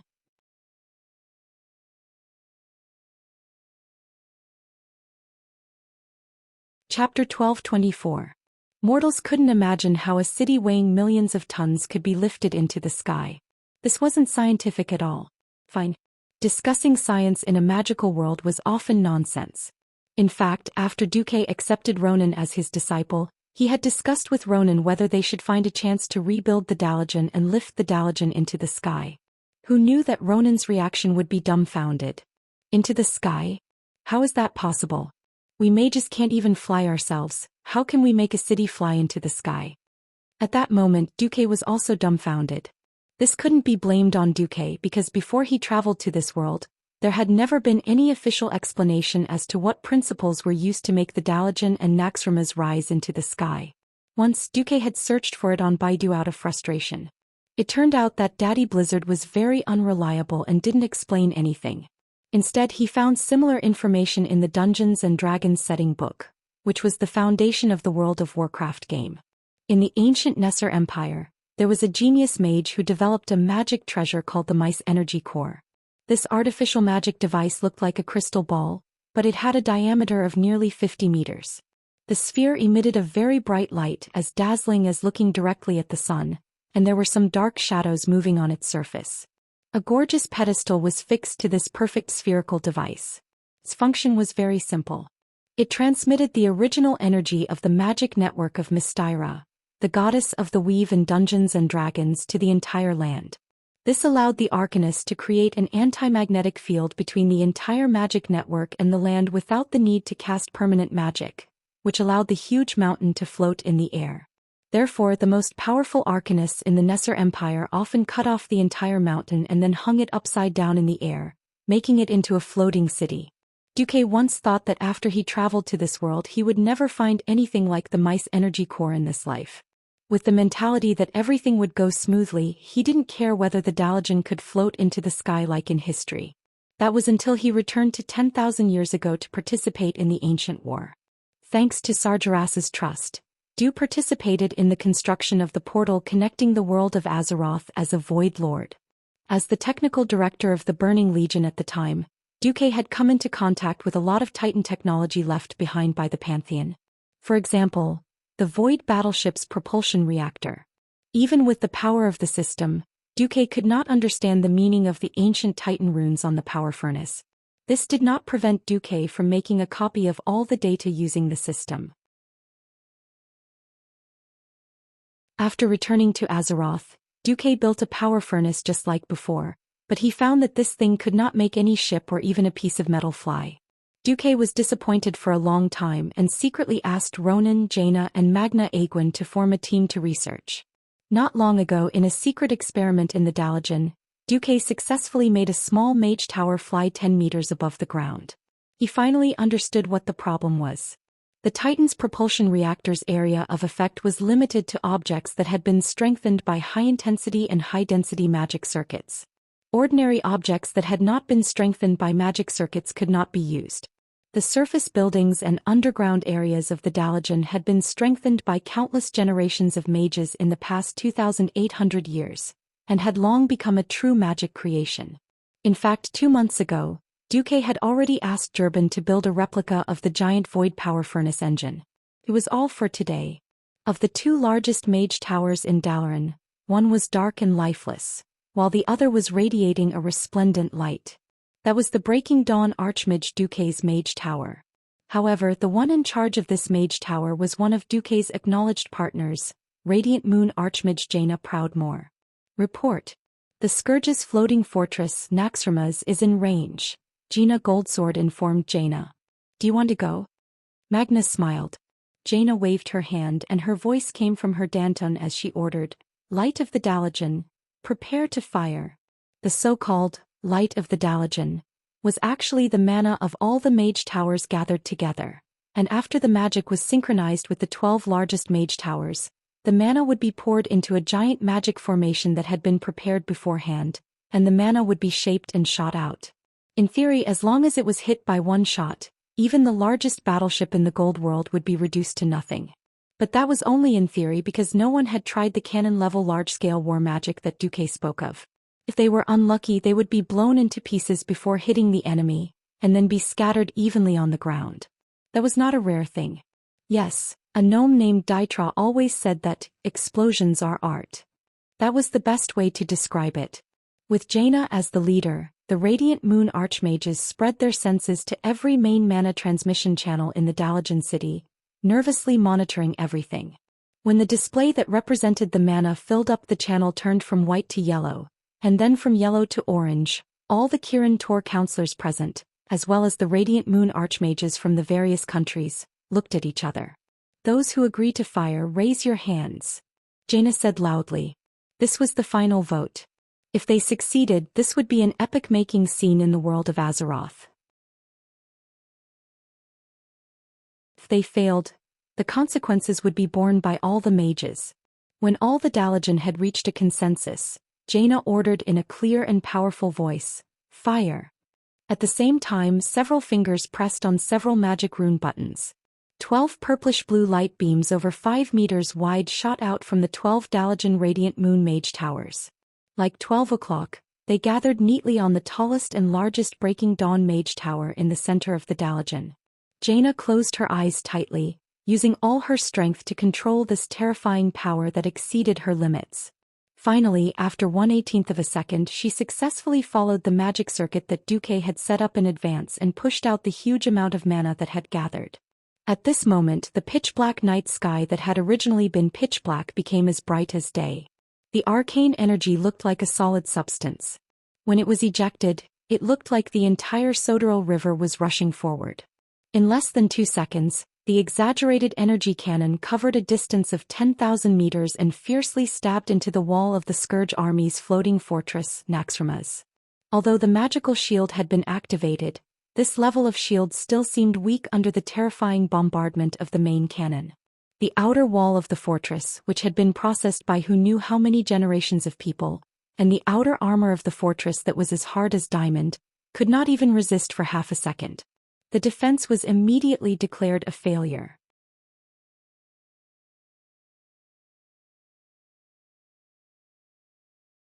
Chapter 1225. The third Mage Tower's magic circuit has collapsed due to overload. Number 7-2. We've lost contact with number 11. In Duque's Breaking Dawn Mage Tower, a large number of intermediate mages were in a mess. There were cheers of joy, screams of dutiful commanders, and reports from the indifferent. Jaina frowned a little because this meant that the quality of the Dalajan Radiant Moon Mage Tower was mixed. Like the earth-shattering main cannon shot just now, it was impossible to fire a second shot in the next few months. Moreover, the entire Dalajan command structure needed to be further adjusted and reorganized. What kind of mess was this? Soon after, her beautiful golden eyebrows relaxed. No matter what, at least the result was good. On the huge magic mirror screen, one could clearly see that after the arcane light cannon shot, the beam pierced through the outer wall of the fortress and reached the inside. The surrounding space was blasted into a mess by the highly concentrated arcane energy, and many places instantly burned. The strange purple-blue arcane fire could be clearly seen from 10 kilometers away. There was an explosion. The tremor was accompanied by a loud rumble that shook the entire Naxxrama's fortress. In the central command room of the fortress, all the liches stood up. The high-level liches floating in the air were of course unharmed, but most of the low-level liches lost their footing and fell to the ground. The scene was very ugly. What's going on? Thuzad was terrified as he pounced towards a crystal ball-like object not far from him. Just now he felt that he had lost his spiritual connection with several monster leaders. He couldn't believe that this was true. However, when he observed the damaged area through the monitoring crystal ball, anyone could feel that the frost aura lingering around Thuzad's body was many times stronger. He was angry. He was afraid again. In the monitoring world, thick smoke billowed everywhere and green liquid exploded everywhere. The monsters that had lost their leaders and were incomplete were moving around randomly, even madly biting their companions. With just one attack, the plague area, one of the 4 major areas of Naxxrama's, was almost completely destroyed. The plague messenger Noise, Filthy Hygen and Lotheb, the 3 leaders, were directly smashed to pieces. At this moment, a female scream attracted Thuzad's attention. The Dalajan main cannon is charging. What? Thuzad looked at the monitor screen in horror. The 12 mage towers that had just stopped began to light up with huge purplish-blue halos. He immediately recognized that it was the glow of high-purity arcana techniques. There's a second shot? Thuzad didn't notice that his voice had changed due to fear. What kind of joke was this? How could such a terrifying thing be fired continuously? With that kind of power, unless it was the Lich King himself, any existence below the level of a demigod would definitely be turned into ashes. Naxxrama's siren was very characteristic of the undead. The wall between the plague area and the spider area is broken. The arcane energy is beginning to spread in the spider district. The cursing disciple's messenger's voice was extremely shrill. Farina was hopping mad. Close the protective wall. Send Bonehead to save the spider eggs. Quick. Thuzad's huge skeletal claw grabbed the Black Witch's shoulder. Shut up. I can't save those damn spider eggs now. In order to prevent the disaster from spreading, the damaged area must be temporarily abandoned. We can't give up. Pa. The Great Lich slapped his disobedient subordinate in the face. Organize a counterattack. Engage in close combat before the Dalajan is done recharging. Use the Great Lich King's power of death to drown this damn Sky City. Thuzad was now more like a gambler who had lost too much. He was betting. Betting that the Dalajan didn't have such a huge magic reserve. Betting that the Dalajan couldn't fire the second shot. At this moment, in the Dalajan's command center, the mages saw that Naxxrama's didn't retreat but instead advanced, and they were a little scared. Did our deception plan fail? Gina Goldsword asked, trembling. No, it succeeded. It also failed. Gina rubbed her eyebrows. The so-called recharging just now was actually just following the brocade bag that Duque had left behind. She had a bunch of Radiant Moon mages put the arcane light on the mage tower and pretend to recharge it. If they could scare Naxxrama's away, that would be the best. Magna, who had turned into a female high elf, put her hands on her hips. It looks like Thuzad wants to kill us all and turn us all into liches. Then he can make up for his losses. The arrogant were afraid of the reckless, and the reckless were afraid of the reckless. Undead soldiers didn't care about money and they didn't care about their lives. If left alone, they would definitely increase in numbers. They were worse than hooligans. Every elite in the Alliance had to go through 16 years of adulthood, and then a few years or even 10 years of training. Mages were even rarer. This kind of exchange was definitely not what Gina wanted. Moreover, with the data from today's main cannon experiment, they could take it back and study it. When everything was ready and the main cannon was upgraded to the perfect version, they would definitely have a much higher chance of winning. Magna saw the hesitation on Gina's face. What? Should we retreat? After all, there's still that one. Jaina brushed her brilliant blonde hair back valiantly. How is that possible? If we destroy the South Sea City, Sister Elugia will blame me to death. Now, the Dalajan was above the sea southwest of the South Sea City, just in time to block Naxxrama's from the west. If the Dalajan retreated, then the South Sea City would be exposed to the enemy's attack. When Naxxramas flew above the South Sea City, even if a brick fell from the sky, the unlucky ones would still be the soldiers and civilians of the South Sea City. The Dalajan couldn't retreat. Time passed, and when the two fortresses entered within 5,000 meters, the commanders of both sides ordered at the same time, "All magic cannons prepare to fire." Tension seemed to spread through the nerves of everyone in the central command room at the speed of light. Her facial muscles twitched. Gina swallowed hard, raised a hand and waved down. "Fire!" At the same time Thuzad roared the same order. This time, countless huge black beams of light shot from the fortress towards the sky city of the Dalajan. Similarly, the Dalajan responded with colorful light cannons.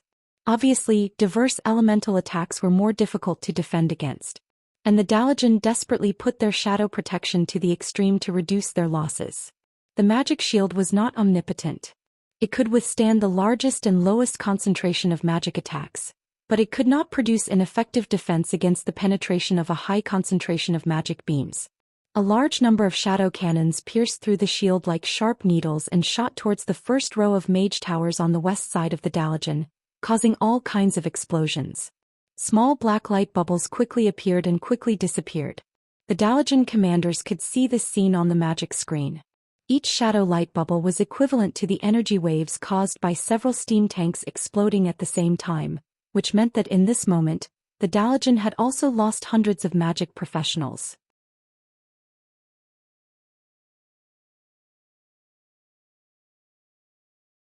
Chapter 1226. Arranging counterattacks, arranging for evacuation and treatment of the wounded, and even moving the Dalajan city clockwise so that the mage towers that were not engaged with the enemy could withstand the firepower of Naxxramas. In the Dalajan mage tower, Jaina was racking her brains to deal with this fortress war that no one in this world had ever played before. Fortress against fortress. It sounded exciting, but only after experiencing it personally would one know how cruel this battle was. In just 15 minutes of bombardment, Jaina had already heard no less than 10 familiar names appear on the list of casualties.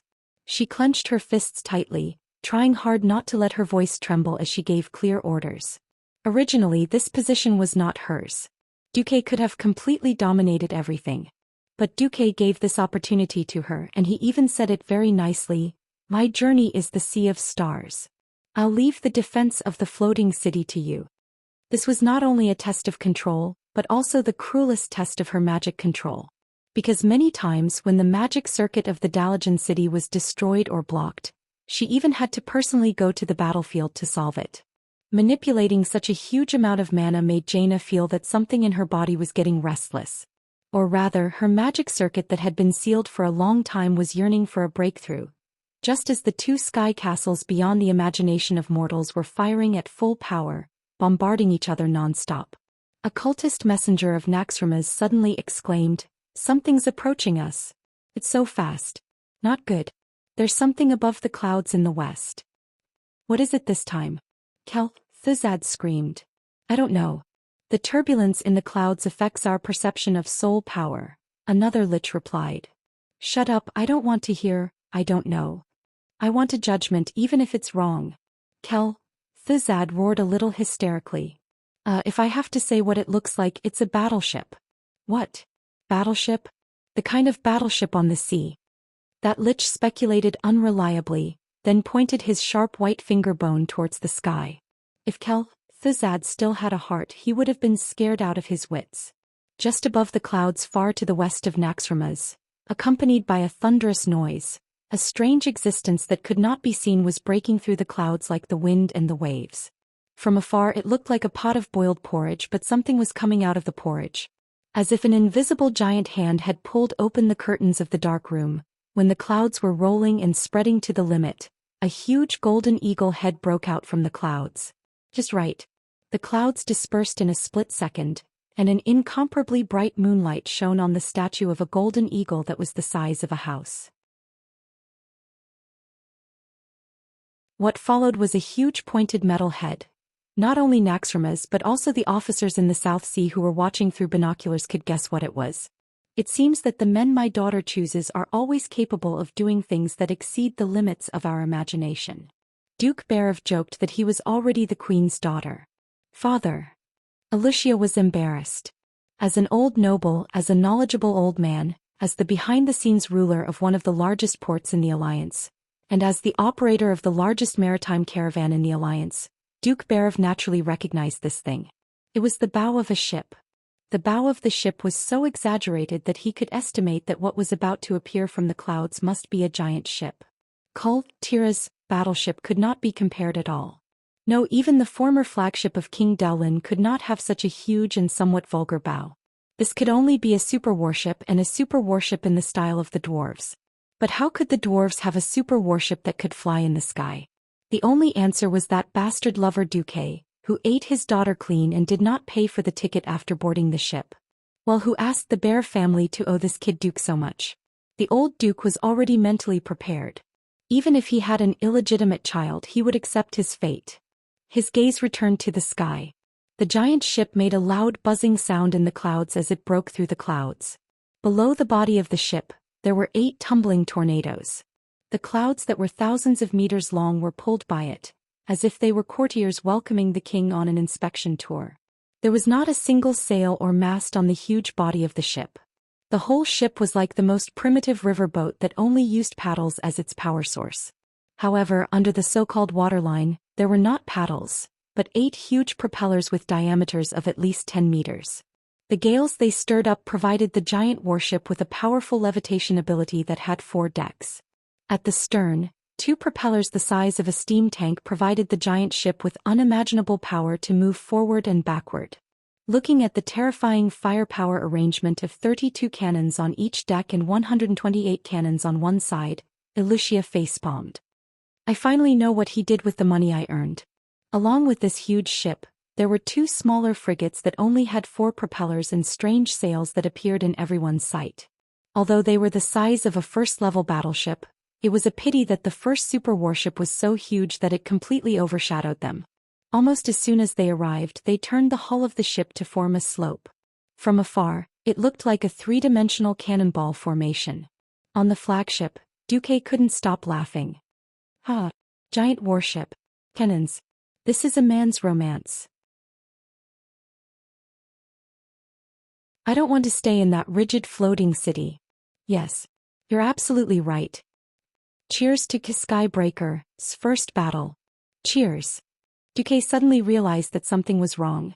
Why the hell are Kudrin, Magni and Jurban all drinking and toasting? Hey, who's commanding when you're drunk? I still have you. Magni's I trust you look made Duque roll his eyes. Jurban jumped onto the armrest of Duque's seat and patted Duque's shoulder. We've helped you realize your dream. Now no one has tried to fight a warship in the air. Sir Commander, go ahead and do it. Duque clenched his teeth and looked at the data in the system.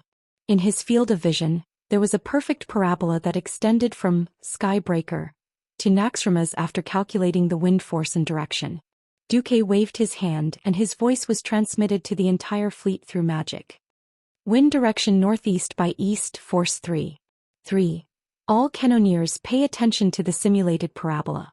When it coincides with the white cross, press the ready button.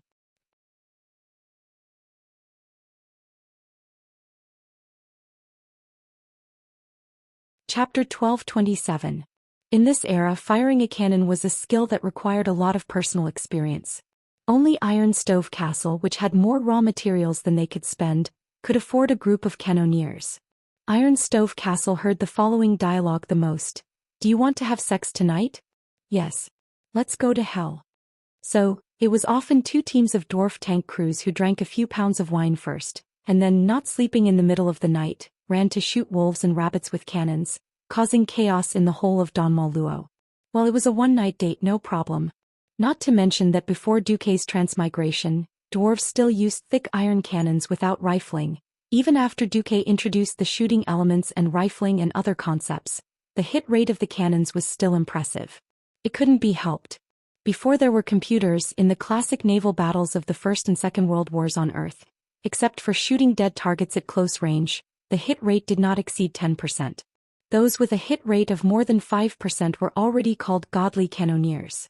No matter how accurate they were, they had to first roughly hit 2 shots, then slowly calibrate, judge the position, direction, and speed of the enemy based on experience, then estimate the advance and finally fire. As for how accurate they could be, only the heavens knew. After all, at a distance of 3,000 meters, even a large object 100 meters long would not look bigger than a finger to the naked eye. Duque's series of inventions subverted all this. First of all, he attached a high-powered telescope to the front of each cannon. Then the image in the telescope was directly magnified on the 32-inch magic mirror display above the cannon door. Finally, just like playing a game, a dotted line was marked on the display.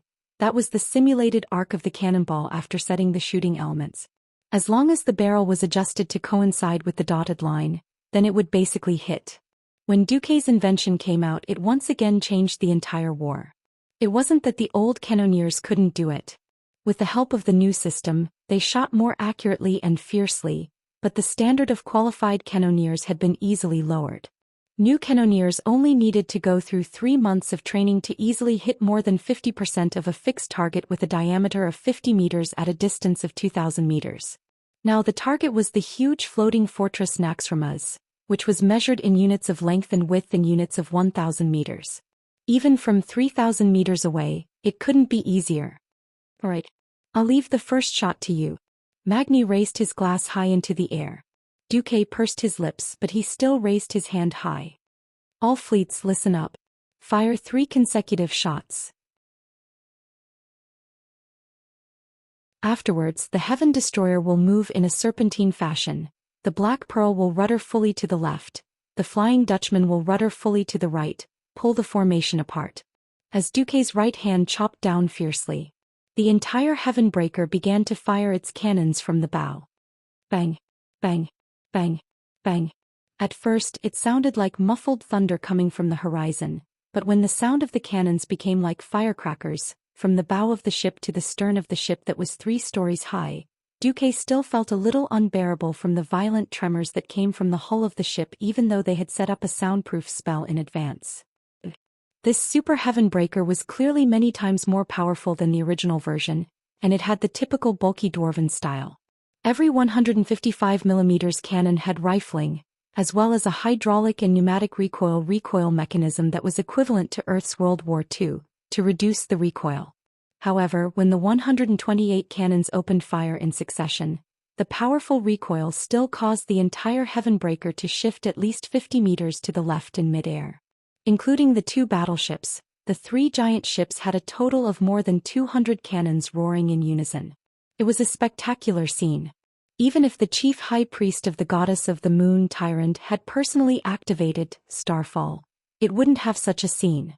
From the perspective of the soldiers and civilians below, as soon as the 3 giant ships charged out of the roiling dark clouds, the sides of the ships suddenly flickered with a blinding light, followed by an incomparably frightening death cry that could be heard clearly even from 10,000 meters away.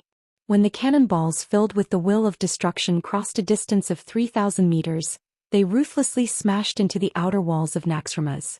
Explosions and flames immediately appeared continuously on this fortress that was brimming with the aura of sin.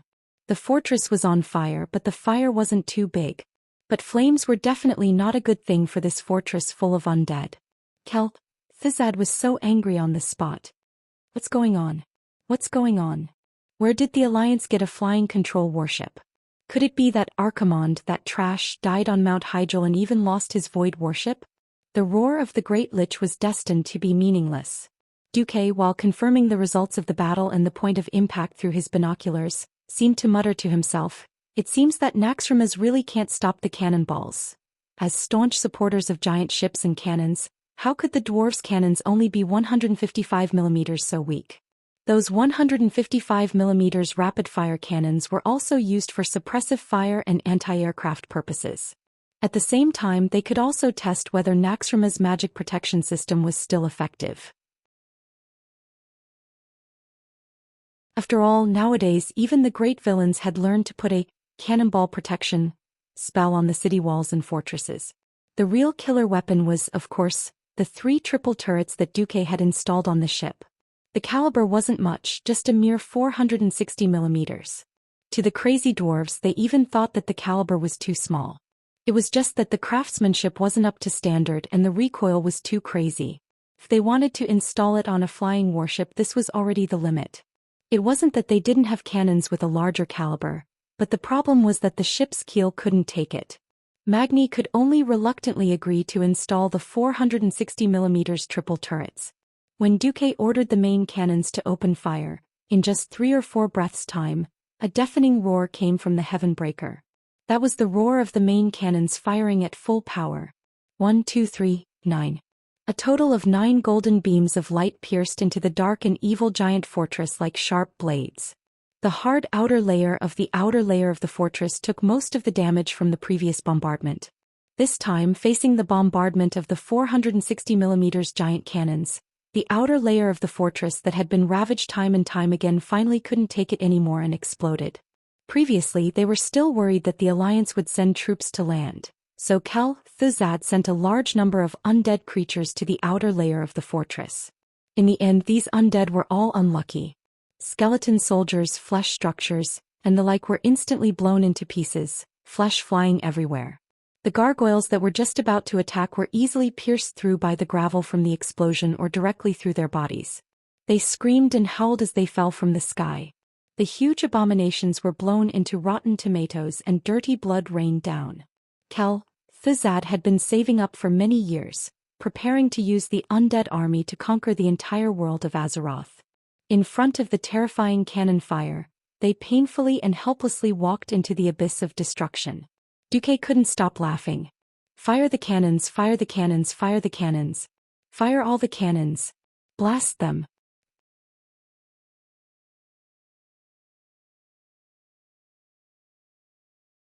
Chapter 12:28.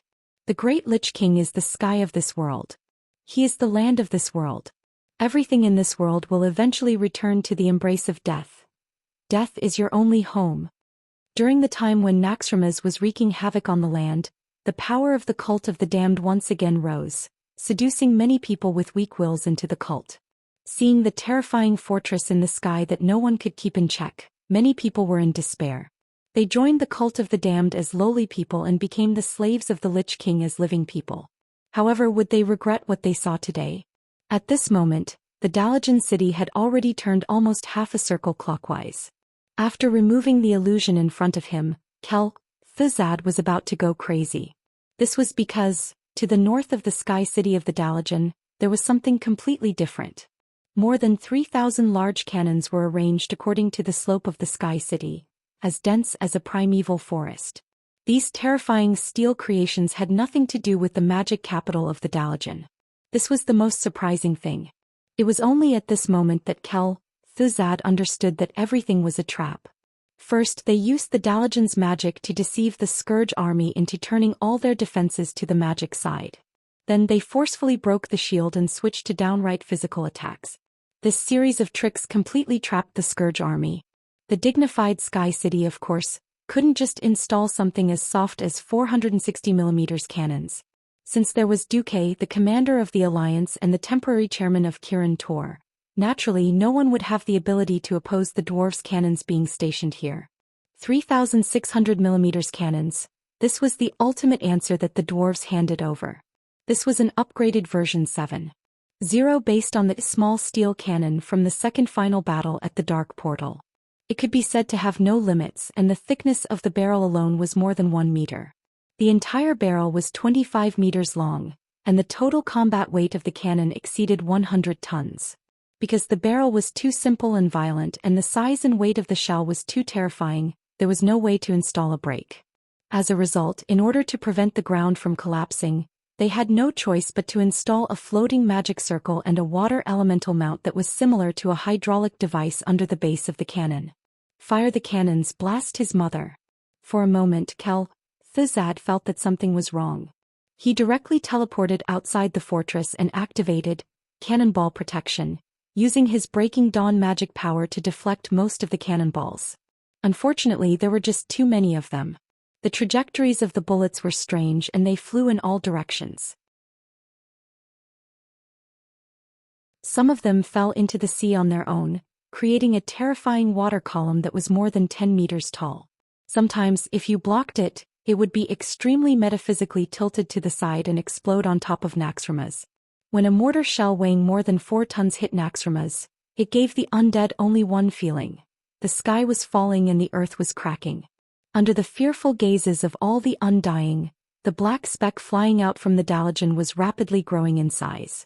It easily blasted through the thick outer walls of the fortress, smashing through the layers made of solid stone. After going through more than 10 layers, it let out an unstoppable explosion.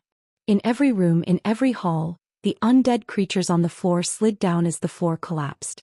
The unlucky ones on the lower floors fell directly into the sea. The entire fortress shook violently. Black Witch Farina, who had been trying hard to maintain her noble and elegant temperament, screamed as she was thrown out by the violent impact. Although her magic shield protected her well, the powerful impact still made her dizzy. Just as she tried to stand up, she was affected by a new round of impact. Just an inch away from hitting her forehead on the wall. Ouch! She flailed her arms and legs trying to grab something. In the end, she grabbed a broken skeletal arm that belonged to some low-level lich. She screamed and threw the arm away in disgust. In the fortress, almost everyone was trying to grab the nearest fixed object that they could reach, but this was of no help to the situation of the fortress. There were buildings and rooms that were completely torn apart after the explosions. The bricks that were covered in magic imprints, the rotten wooden boards, the beams that were engraved with evil runes, and the meaningless dust all collapsed at the same time, turning into mud and debris that fell into the sea. Everyone could see that if this continued, the greatest floating fortress of the Calamity Army would soon become a pile of ruins and fall on the shore of the endless ocean. Saffron. Thizad couldn't take it anymore. He summoned his strongest fighter, the frost dragon Saffron, who had been a powerful blue dragon in life. He needed a vanguard to open the way for Naxxramas to hit the Dalajan. The huge frost dragon flew out with dozens of its minions and hundreds of gargoyles. However, they didn't fly far before they met their opponent. "Hey, Mount, it's time to work." Duque sent a magic message. "You call me Oni when you're happy." The Black Dragon Princess complained in the secret channel. Duque's face was a little dark. "Stop talking nonsense and get to work." Got it. With Onyxia in the lead, more than a dozen Alliance powerhouses rode pure-blooded firehawks, along with more than 3,000 Griffin Knights and Dragon Hawk Knights, swooping down from the clouds and fighting with Saffron and the Scourge Army. The Scourge Army was stunned. Thizad could see clearly that the Alliance had almost calculated all the responses of the Scourge Army. If this continued, Naxxramas could only walk on the road of destruction. No, it shouldn't be like this. The Great Lich finally panicked. As Naxxramas got closer to the Dalajan, the terrifying giant mortars became more and more accurate. The hit rate of that thing 3 kilometers away was terrible, but the closer it was, the more terrifying it was. "Sir, the military area has been severely damaged. Instructor Resuvius and his Death Knight apprentices have fallen into the sea. The structure area has been destroyed. Globulus has been destroyed. Sir, please instruct." In the spiritual connection circuit of the dead, there were cries of despair everywhere. In the sky, the roars of the dwarves and the war songs of the blood elves echoed everywhere. These former high elves did not forget what the undead scourge had done in the Long Song Forest and Silvermoon City. Under the leadership of the Ranger General Sasha, they sang the war songs that had been widely spread when the Troll Empire was still wreaking havoc in the Lordaeron continent. Dragon hawks spread their wings, bows and arrows raised high, destroy evil, protect our forest. They or their predecessors had sung the same war song when they fought alongside the humans 2,800 years ago. 2,800 years later, when this sacred and ancient song was sung, it once again reminded people of that sacred and solemn oath. In the blink of an eye, 3,000 years had passed, and more races had joined the war against evil.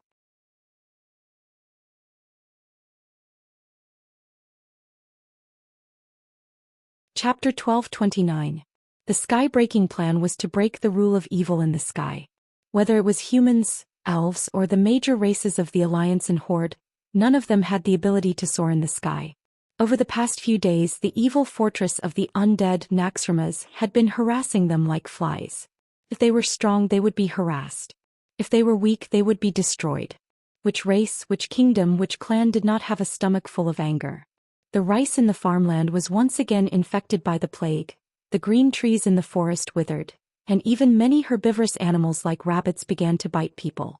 This hatred had been thoroughly vented on Naxxramas today. Fire! Fire! Fire! Don't worry about whether or not the cannons will explode. If the cannons don't explode, it means that you are slacking off. Bulang Bronzebeard personally commanded the cannons on the Dalajan city wall. Even in the middle of the night, everyone could see that the evil floating fortress was on the verge of collapse. Retreat? Thizad had no choice but to give such an order. If Naxxramas was in perfect condition, of course, it would not be afraid of this level of cannons. The problem was that the first shot of the Dalajan main cannon had already destroyed Naxxramas' strongest magical defense system. More than half of the 36 psychic magic circles that acted as nodes had collapsed. To regroup was not something that could be done in a month or half a season. If they did not retreat, the mobile fortress that the Lich King had given him would be destroyed here. Just a moment ago, Naxxramas was rushing towards the Dalajan, and the Dalajan was slowly retreating, trying to sink the fortress with fierce artillery fire before Naxxramas could rush over. The next moment, everyone found that this extremely large floating fortress had begun to turn. Trying to run? Any commander with a bit of brain realized that Thizad was going to run. Duque stood up from the commander's seat. Magni, the first goal has been achieved. The rest is up to you. Although Magni was prepared, he was still a little stunned. Must you, the commander of the alliance, personally take the risk? Duque smiled. There are some things that only I can do. And my woman is trapped. If I don't save her, who will? Duque's words undoubtedly confirmed the gossip he had with Sylvanas and Tyrant. Of course, the dwarves did not care about this at all. Be careful. Hudrin attacked, and Magni and Jurban warned Duque at the same time. Duque smiled. Don't worry, Amir Thizad can't stop me. Every powerhouse had their own mission. When Magni took over the Heavenbreaker, the entire fleet's combat style changed. Zixi. Indescribably coquettish. The three ships each went their own way. The Flying Dutchman moved in an S shape. The Heavenbreaker relied on its powerful magic defense and extremely thick armor plates to move in a straight one shape, and the Black Pearl moved in a three shape to harass them. The air fleet pulled away from Naxxramas and only dealt with the air fortress with guerrilla warfare. If the air fleet fought with Naxxramas, Thizad would definitely take down the Alliance's airships first. Now it was guerrilla warfare, and the Dalajan was still chasing him. Even if he used his withered toes to think, he knew that if Naxxramas went on like this, it would definitely not be able to survive the endless sea. Falling into the sea and being destroyed was the only ending. Thizad did not want to fall into the sea. It was said that it was the territory of Enzoth, the most troublesome of the ancient gods of Azeroth. Returning to the command center, Thizad's eyes glowed red. Everyone get ready. We are going to carry out the Chilling Wind plan. When Thizad said this name, all his subordinates were stunned. At this moment, Duque used magic to contact Sar. In the magic mirror, the young chief looked a lot older. He was clearly in his early 20s, but Duque saw that there were a few strands of white hair on Sar's temples. I heard from Grom about the success of Blackwing's nest. First of all, thank you for the help you provided to the tribe. This time we successfully killed the traitor. On behalf of the tribe, I express my highest gratitude to the Alliance. What's the matter now? Sar bowed to Duque. About your request for help from the Alliance. The Alliance is finally willing to send troops? Although Sar tried to suppress his emotions, his eyes were filled with desire. This was not his fault. The insect army that poured out of on Karaj and Silithus was too terrifying. Even if the hundreds of thousands of soldiers and civilians of the tribe worked together to fight, they were unable to fight against this terrifying insect tide. In addition, Naxxramas had wreaked havoc, sweeping through the main cities of almost every race in the tribe. This further dampened the will of the tribe's people to fight. It was no exaggeration to say that the Alliance was the tribe's only hope. Unfortunately, what Sar saw was Duque shaking his head. Before the Alliance takes care of the Amani trolls and the trolls who believe in the evil god Hacker, the Alliance is unable to go on an expedition to Kalimdor. No, even if it's just the Theramore army and the Night Elves, seeing that the tribe has been cooperating with the Alliance in battle since their rebirth. Sar still wanted to play the emotional card. Duque shook his head firmly. Sar's body trembled and his eyes dimmed. Then, Is there anything else? There isn't. At this time, Duque showed a naughty expression. Even if the Alliance doesn't send troops, it doesn't mean that there is no way to solve the problem of Silithus. Huh. Sar's expression was very interesting. When he heard what Duque said, his expression became even more interesting. A few minutes later, Naxxramas. Although someone once said that explosions were art, the guy who was treated as a work of art was not having a good time at the moment. There were explosions everywhere, choking smoke filled the eyes, and there was a turbulent flow of magic elements. Be careful of the Alliance's surprise attack. If you find anyone from the Alliance, report immediately. All cursed disciples, take off your hoods and accept inspection. It had to be said that Calthazad was very careful. If anyone was really so daring as to put on the black robe of the cursed sect and take the opportunity to sneak in, then they would definitely die a terrible death. However, no one would pay attention to a low-level lich like Anad. Just like that, Anad, who had appeared out of nowhere, went straight in. From the outer area he passed through half of the military area. From time to time he would grab one or two liches to ask for directions, and he arrived at the core of Naxxramas. In the middle of 4 huge pillars carved with the statue of Lich King Arthas, there was a green portal. 2 liches, 4 death knights and 24 powerful abominations guarded the portal without moving an inch. No matter how chaotic the outside world was, no matter how many undead monsters fled in panic, no monster would be stupid enough to approach this place. This was an absolute forbidden area. Suddenly they saw Calthazad coming over.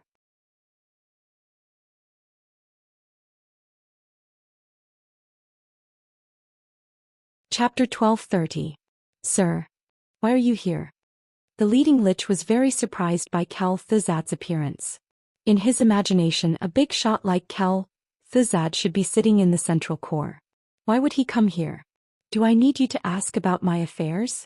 The red light in Calthazad's eyes flourished, and dense breaking dawn mana undulations filled with a frosty aura surged slightly, almost causing this radiant moon lich's soul to become unstable from the pressure. Yes. The liches and death knights didn't even dare to fart, and immediately retreated to the side. Calthazad floated over. What made them a little puzzled was why Calthazad seemed to take a few seconds longer to open the portal this time. In the past he would enter instantly. But the white teleportation light lit up, so there was nothing else for them to do. Calthazad immediately teleported from Naxxramas to a different space. Strictly speaking, this was not the interior of Naxxramas, but it was still a special space attached to Naxxramas' existence. Everywhere he looked, there was a frosty aura. The huge steps of the palace were covered with icicles, and ordinary people would slip if they were not careful. Of course, for a top lich who floated around all year round, slipping was just a joke. This was the lair of the frost dragon Saffron. Although the blue dragon Saffron had been dead for many years as a dragon, his habit of guarding his lair had not disappeared. As long as he was here, he was the most reliable guard. It seemed that because of Saffron's attack, Calthazad had no choice but to rush over. Because next to the dragon's lair, there were 2 leaders of the Alliance sealed and imprisoned by a powerful magic formation. The Queen of Sindorii, Sylvanas, and the Night Elf High Priest, Tyrant. These 2 stunning beauties were still cuddling and hugging each other as if they had just been captured. 2 beautiful faces were so close to each other, it was a pity that they were hibernating. Calthazad quickly dispelled the magic formation made up of more than 100,000 magic runes and went through it. Then one of his huge claws passed through Elun's milky white moonlight protection without any hindrance, and he placed his other hand on Savannah's fair, slender and well-rounded leg and started caressing it. Tyron was the first to wake up. Calthazad, you actually... She was trembling. She never thought that Calthazad would be able to break through the goddess defense, but it was so easily broken through. In that case, wouldn't it mean that they would be killed and turned into terrifying banshees of death? The evil will would control them. Even if they could resist Calthazad's mind control like Uther, they would still be separated from Duque by life and death. For their own race, for their own people, they were not afraid of death. However, Tyrant could not bear to part with Duque forever. This scene almost caused Tyrant to collapse. She knew that here the power of the moon goddess was extremely thin. 100 units of the power of the moon only filled her body with 1% of it.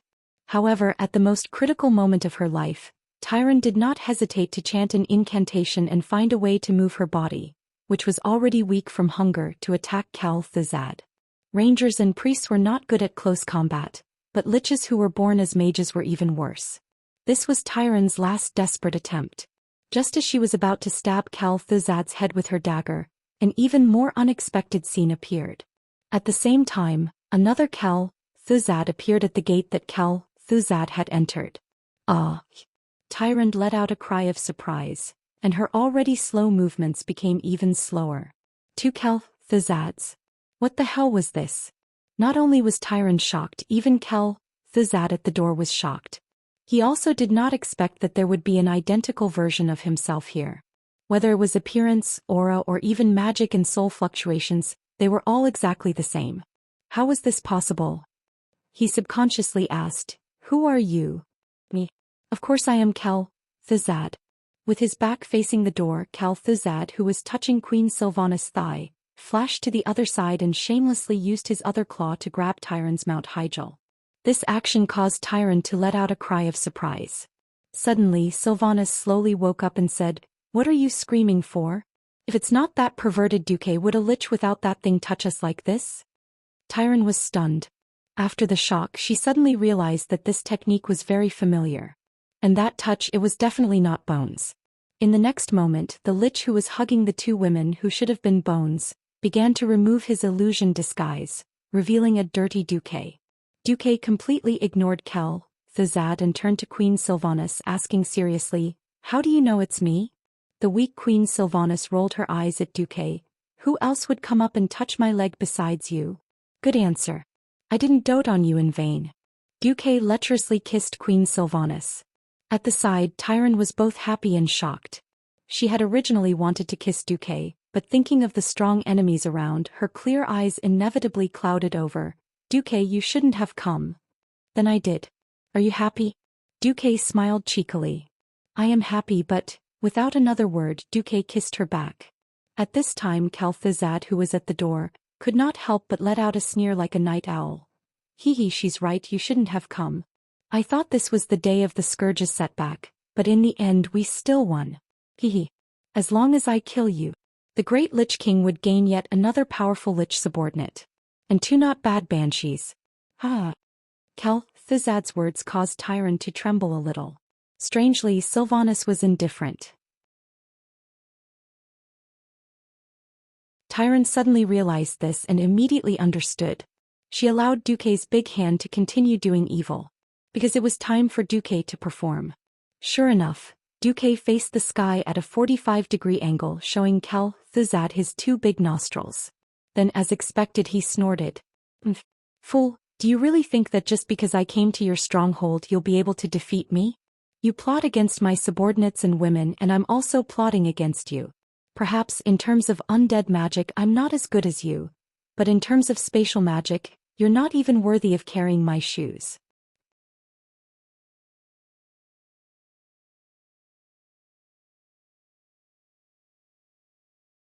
Chapter 1231.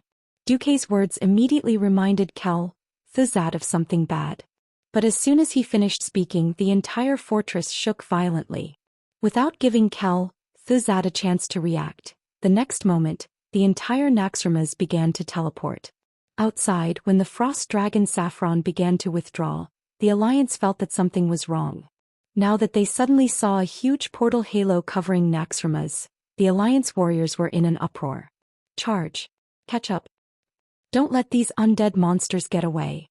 Fire, fire. Where's the Dalajan? What are you doing? Fire another shot at this floating tomb."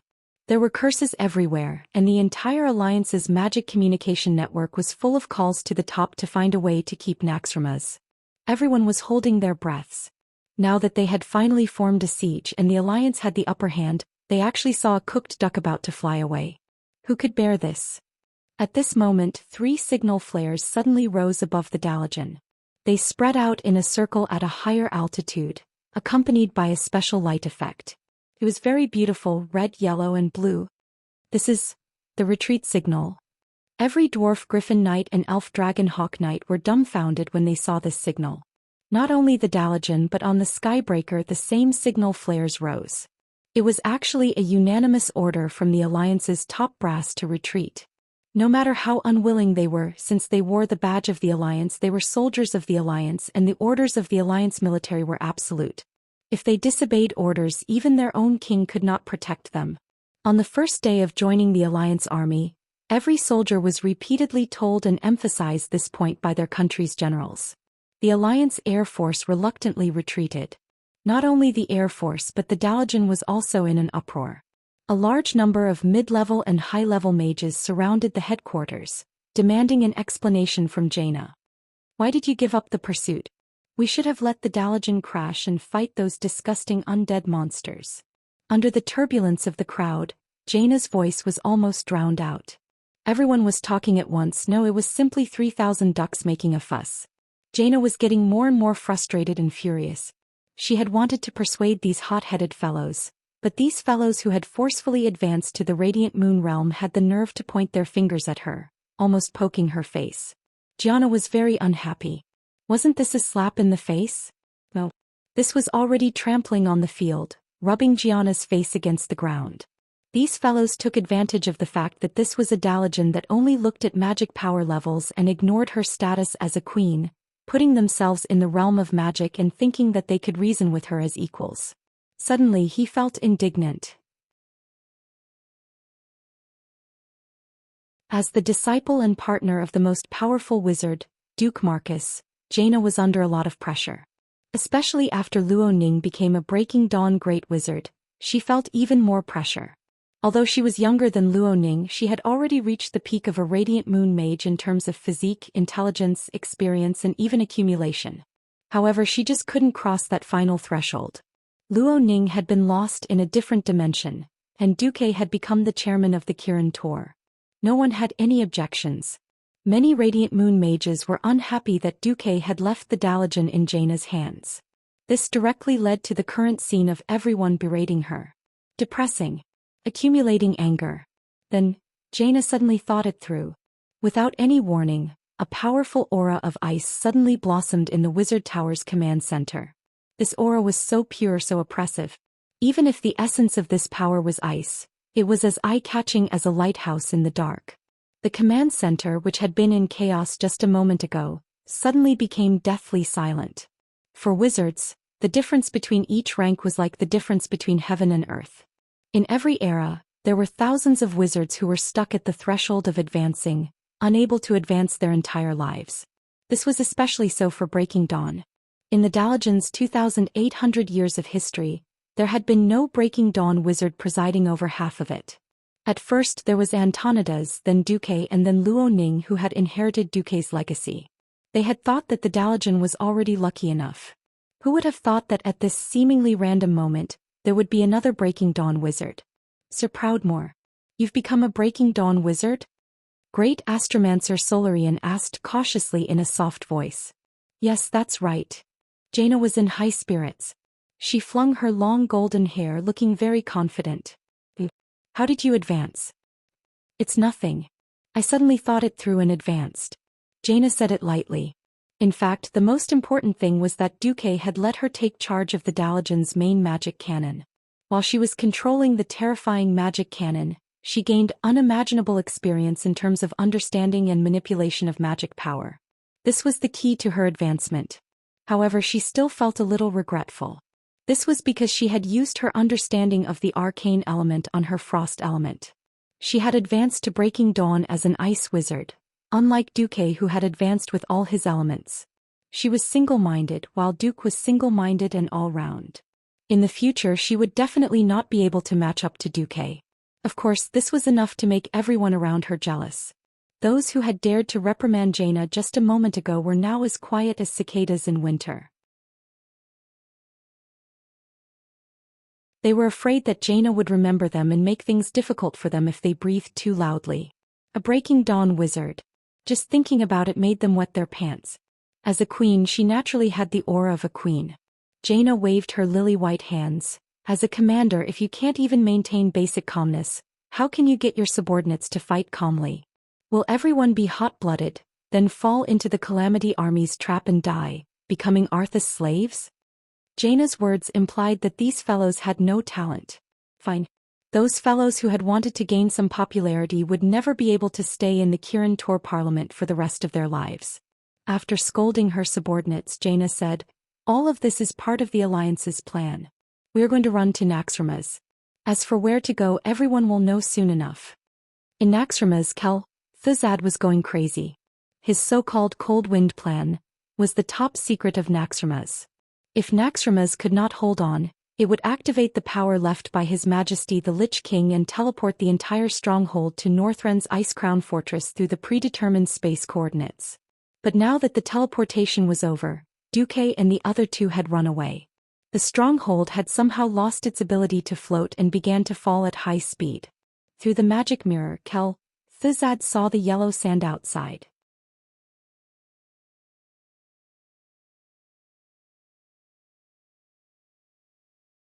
Chapter 1232. After the great Titan creations defeated the ancient gods, the great protector rider appointed a group of Anubisaths and Torvil to guard the furnace of origin in Uldum forever, while he led the rest of his subordinates to the northwest, which was later known as Silithus. This barren area was where the ancient god Si-Thun prison was located.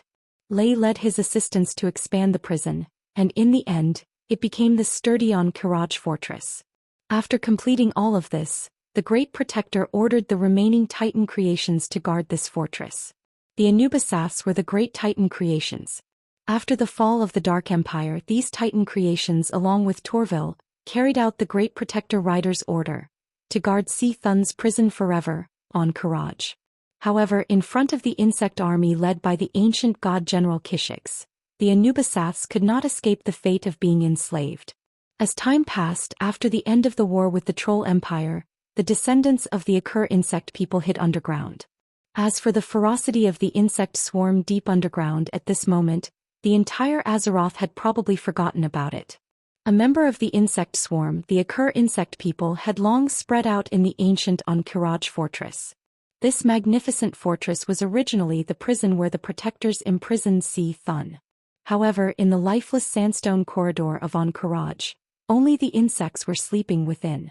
Even though Azhara and her Night Elf Empire knew of the existence of this fortress, they could not prevent it from being forgotten in the long river of time. Extending out from the base of this fortress was the vast and desolate Silithus Desert. This was also one of the reasons why there were not many creatures living around Ankh-Kiraj. It was only when the great druid Fandral Staghelm ordered the revival of the land of Silithus that Ankh-Kiraj once again entered the sights of the elves. He sent his brave son Velastin and a group of trusted druids to carry out this mission. Because Velastin's exploration in Ankh-Kiraj awakened the insect people, there was the famous First Battle of the Shifting Sands. Similarly, in this battle this troublemaker fell into an ambush and died along with a group of elite druids. As for Fandral's grief, it was a different matter. In this battle, the three giant dragons All-Egos, Merlinthra and Karastraz sacrificed their lives to create the Wall of Beetles. Although the Wall of Beetles successfully sealed the Akur insect people, the insect empire was still restless. Until today, this was different from the original history. Originally, it was Ragnaros from the Molten Core and Nefarian from the Blackwing's Nest who took turns to fight. Only then were the Alliance and the Horde able to work together and destroy their enemies one by one. In this life, almost all of the major evil factions rose up together, and the Alliance army was trapped in the Eastern Kingdom. Although the Dragon Slumber Shrine wanted to organize the mortals to encircle and annihilate Ankh-Kiraj of Silithus, they were powerless. In order to maintain the front line outside of Azeroth's atmosphere, the Dragon's Rest Temple couldn't deploy too many troops. The dragon breaths of dozens of giant dragons and more than 200 adult dragons were not enough to clear away the overwhelming number of insects, most of which were flying insects. Coupled with the disappearance of the Night Elf High Priestess Tyrant, the Alliance didn't announce that she had been captured. The Night Elf army that the Horde had been hoping for didn't move at all. The result was that the situation in Ankh-Kiraj was getting worse. Alexstrasza, who had just bitten off a Void Lord's head, suddenly received a message. What? He's helping me control Ankh-Kiraj? He finally dealt with Nefarian and is ready to lead the army across the sea? No, the Alliance didn't actually send the army across the sea because they still have to deal with the Amani trolls and Hacker, Krasis said bitterly. Then why did he help me deal with Encourage? The Red Dragon Queen was shocked. If someone else said this to her, she might have already taught him a lesson with her dragon breath. He said, he wants you to watch the movie of the year, Fall of Naxxramas. Huh. Alexstrasza excitedly rushed back to the floating fortress outside the atmosphere. This was the great creation left behind by the Titans. Through the magic mirror in the fortress, she saw a scene that left her dumbfounded. It wasn't just her. Everyone who saw this scene was so shocked that their jaws almost dropped to the ground. In the Dalagen, through the magician's eye, Duque had his left arm around Sylvana's shoulder and his right arm around Tyron's slender waist. All that was left was popcorn and cola. He watched this scene with satisfaction. They had successfully escaped and returned. Even so, Queen Sylvanas felt her heart beating wildly when she thought back to what had just happened. How did you do it? You disguised yourself as Kel, Thuzad and snuck in, then saved us. Even though she did not want to admit that her lover was so powerful, the proud Queen Sylvanas could not help but look at him with admiration. This made Duque feel very good. Tyron's long fingers seemed to wander around on Duque's chest. Did you forget that this guy disguised himself as a Void Lord in the War of the Ancients? Duque is very good at infiltrating the enemy's territory too. He even took me for himself. Duque felt wronged. Hey, if I didn't help you back then, you would have become the devil's plaything. Yes. When I recover my strength, I will repay you. Tyrant replied with a flirtatious look. Actually, Duque's infiltration was not worth a damn. Since he could disguise himself as a Void Lord back then, his control of dark energy was naturally very good. As the Scourge was born from the Burning Legion, the nature of their power was the same. Before Arthas, who was disguised as the Lich King, woke up, nothing could be changed. What happened next was simple. Duque first killed a Lich, then used the dark energy of the Shadow Element, the soul manipulation ability he learned from the Burning Legion, and the true illusion created by the system elf to fool the bones on the periphery. Next he used the illusion to disguise himself as Kel, Thuzad, and used the system to crack the magic defense system that was too shallow for him. If he had to pretend to be a Death Knight, he would most likely be exposed. But pretending to be Kel, Thuzad, who was born as a mage, was simply too easy. The only problem was that Duque could not escape the senses of the frost dragon, Saffron. But after forcing Saffron to make a move, everything was solved. As a transmigrator, Duque was very clear about Naxxramas' teleportation ability. Although this would cost Naxxramas a lot of magic, the magic was not his, so what did it have to do with him? Naxxramas would be fine if he did not teleport, but once he did, because someone had secretly changed the spatial coordinates, he was directly sent to Encourage.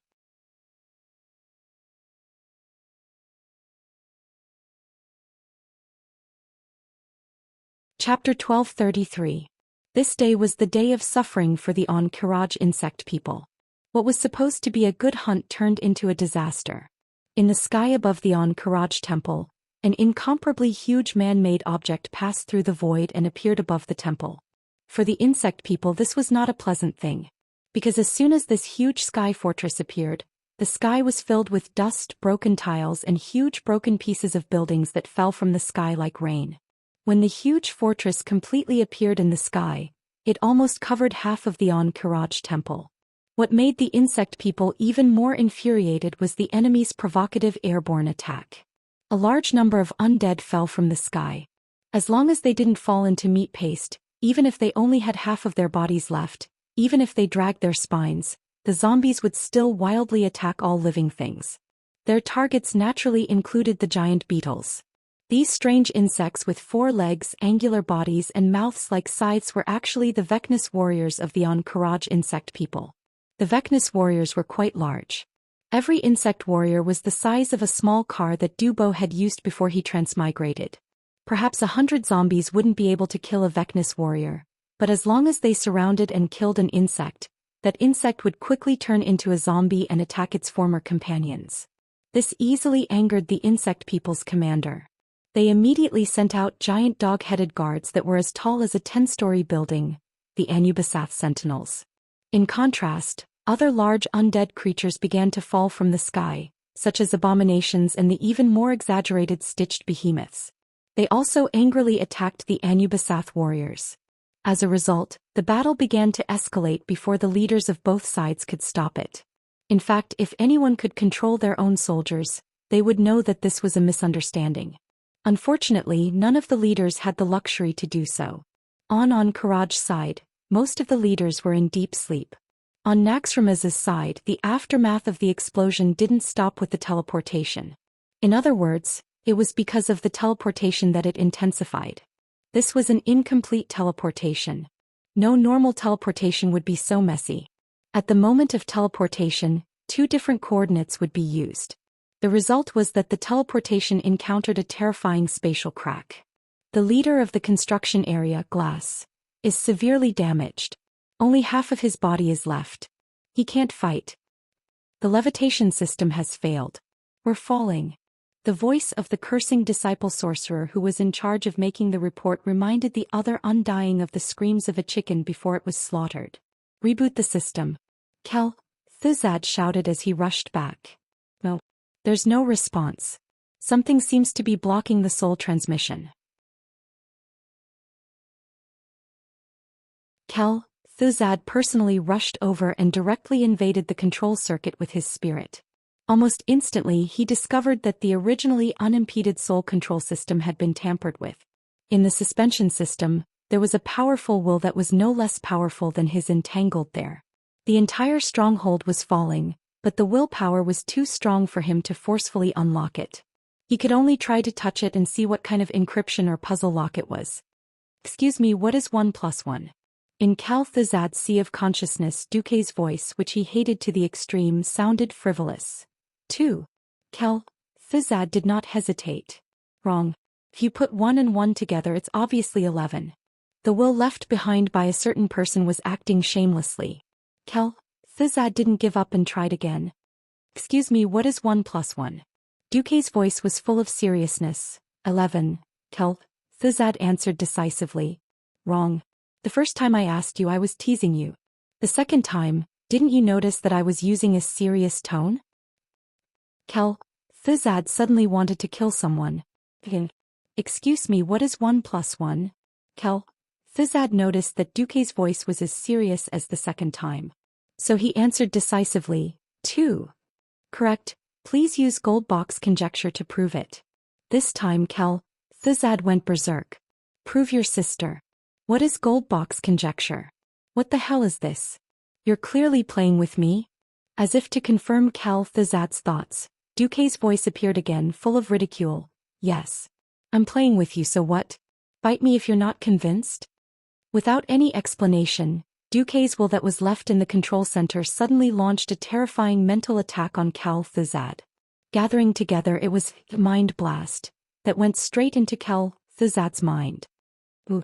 They were both breaking dawns, so even if there was a difference, it was not necessarily a difference of heaven and earth. Of course, a remnant will could not do anything to Cal Thizad.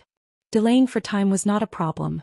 In the real world outside, a group of undyings waited for Cal Thizad's instructions. In the end, Cal Thizad fell into a strange state of silence. They could only try to save the rapidly falling floating fortress by themselves. No. At least send out the Air Force.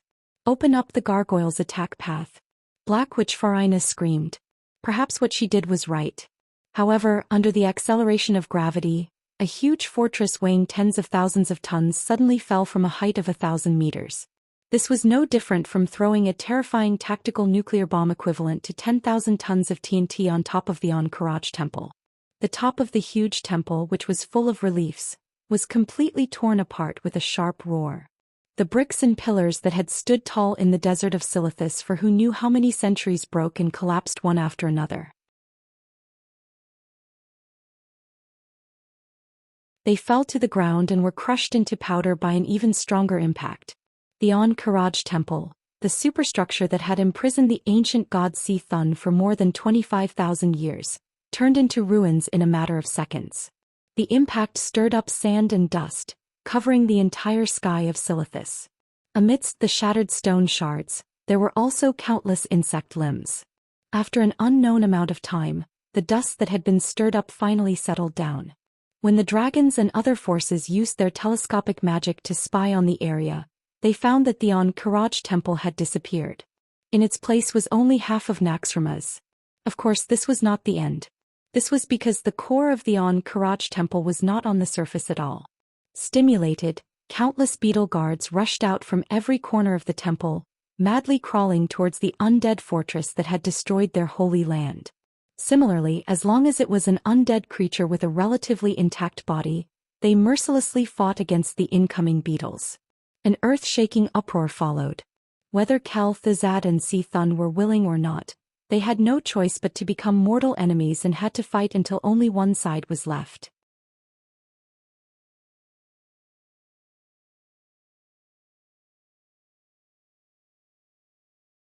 Chapter 1234. In the Magic Mirror's live broadcast, the Scourge army and the Kiraj insect people were fighting non-stop. Every moment, there were hundreds and thousands of undead or Kiraj insect people being destroyed. If it was somewhere else, Kel, Thizad might have jumped up in joy. With so many corpses, it was enough for him to pull out a terrifying undead army that could sweep across half the continent. Obviously, Si-Thun, who was in the deepest part of the ruins of the Ankh-Karaj temple, would not let Kel, Thizad do as he pleased. At first there were many insects that were killed and resurrected as corpse insects, devouring their own kind. In addition, the fighting style of the insects was to bite one of their legs and bite one of their heads. It was extremely brutal and direct. Basically, insects of the same level would end up dying together. This kind of fighting style was obviously disadvantageous to the Kiraj insect people. However, with a small trick of the ancient god in his half-asleep state, Kel, Thizad suddenly discovered that the canopy of undead, which was usually accurate everywhere, could not be held up in the sky above the Ankh-Karaj temple. An even more ancient and evil will forcibly took control of the weather here. This forced Kel, Thizad to let his subordinates engage in the most primitive form of attrition with the insect people. Other than the insects, the Kiraj insect people also had monsters like the Anubisath giants and the obsidian golems. The Scourge army used the fat abominations and various deformed large-sized monsters to fight against them. Whether they were willing or not, the two sides fought until the sky was dark and the moon was dark. Go. Kill it. Why do you have to use your feet to step on it? You can roll over. Don't you think this lich is a joke? Releasing a bug swarm storm on a construct? Take a horse stance and punch it with your left hook and right hook. At the highest level of the Breaking Dawn Mage Tower in the Dalajan, it was very lively. Almost the entire floor echoed with the shouts of a certain Bad Alliance commander, as well as the giggles of seductive women. How lucky. If it wasn't like this, the Night Elf warriors would have to face such a monster with their flesh and blood. My heart aches. Tyrant gently pressed her hand on her sexy collarbone. Faye, you're so bad. Queen Sylvanas rarely showed her tender side. His impression of Queen she had always been extraordinary and valiant. Perhaps it was due to her environment, but in history she carried the fate of the entire kingdom as a ranger general, but she also had to bear the future of the entire Forgotten Ones. In this life, although she was crowned queen and with Duque's help, the elf situation was much better. But she had to always wear a mask called strength. However, after being captured this time, Sylvanas suddenly realized that he was weak in a certain sense. It turned out that at certain times, there were many things that she couldn't resist or control. In the most desperate moment she called out Duque's name. Duque did not disappoint her and responded to her call for help. From being ambushed by the Burning Legion, to falling into the enemy's hands, to almost dying to somehow returning safely. At this moment, Sylvanas still felt as if he was in a dream. Tyrande, on the other hand, was even calmer. This was not the first time she had been captured. She was right next to them, supporting her chin with her hand, perfectly accompanying them. If Duque wanted to play any tricks, she would not reject him either. But Duque did not force them to do anything, understanding that they were still in a state of shock, and only occasionally rubbed their ears against each other. At the start, Duque seemed to have endless desires. Sylvanas's long legs and Tyrande's Mount Hygel were all places that he would forget to leave. However, after a long time, one would realize that people's passionate love would turn into a kind of attachment that they couldn't bear to part with. It was as if after getting used to each other's existence, they could no longer bear to be apart. It was a strange love mixed with kinship, rich and lasting. I've advanced. You two aren't together? Jaina rushed in excitedly, but was surprised to find that Duque was just hugging. Duque bared his teeth. All right. Congratulations, Breaking Dawn Great Wizard Jaina. Jaina put her hands on her hips. Hey my lover and teacher, when are you going to become a demigod? As for the requirements to step into the divine realm, Duke already had a vague guess. The three divinities of fire, arcane and ice were obviously necessary. But now that he had fused with shadow, he needed at least a holy divinity to balance it out. This gave Duque a headache. But now he had an idea of a frost divinity, Frost Dragon Saffron. Duque had thought that he would get rid of the great frost lich, Kel'Thuzad. Who knew that his target had changed to Saffron? If that was the case, it would be much more convenient. In case Saffron's divinity was not enough, Duque had another target, Sindagosa, who had saved Arthas in Fellwood Forest. This former queen of the Blue Dragons and now the mother of the Frost Dragons, was definitely qualified.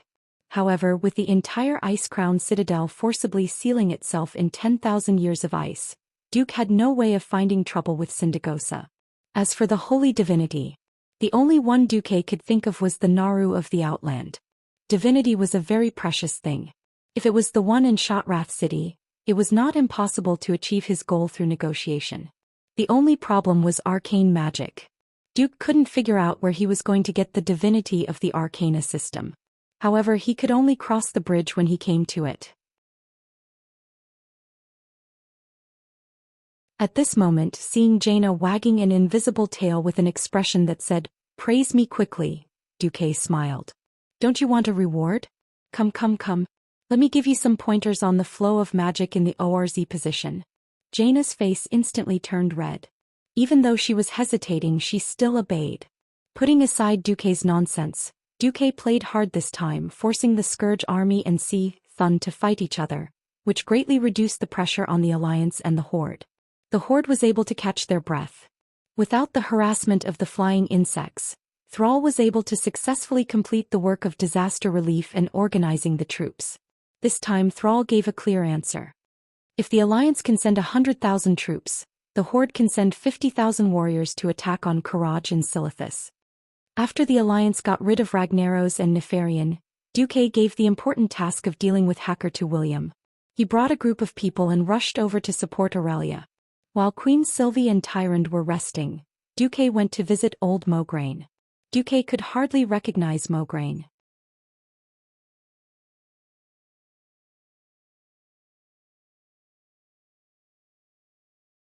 Chapter 1235. Old, decrepit, dispirited, lifeless eyes. Sally Whitemane was taking care of such an old man in a room with thick curtains that could barely see a trace of sunlight. Duque could not associate the old man in front of him with the Ashbringer who had conquered the Molten Core a few months ago. What happened? Duque muttered to himself. Sally, who was dressed in a priest's robe, trotted over and whispered into Duque's ear. Both of father's sons are. Duque only understood the whole story after Sally's explanation. Due to Duque's reminder and the phantom enchantment that was placed in Alexandros' armor, Alexandros managed to escape death. Escaping death did not mean that he had obtained happiness. When the Burning Legion's space trap was activated, the furious old Mograine went to clean up the mess. Due to losing his hammer, he pulled out his sword and ended the life of his son, Reynold, who had defected to the Scourge Army. However, this was not the end. Almost instantly, the aura of death hidden in Reynold's heart turned him into a Death Knight. However, the Scourge Army's conspiracy did not stop there. Old Mograine's youngest son, Darian Mograine, had secretly disobeyed his father's order to stay behind and followed him to the Soderil River.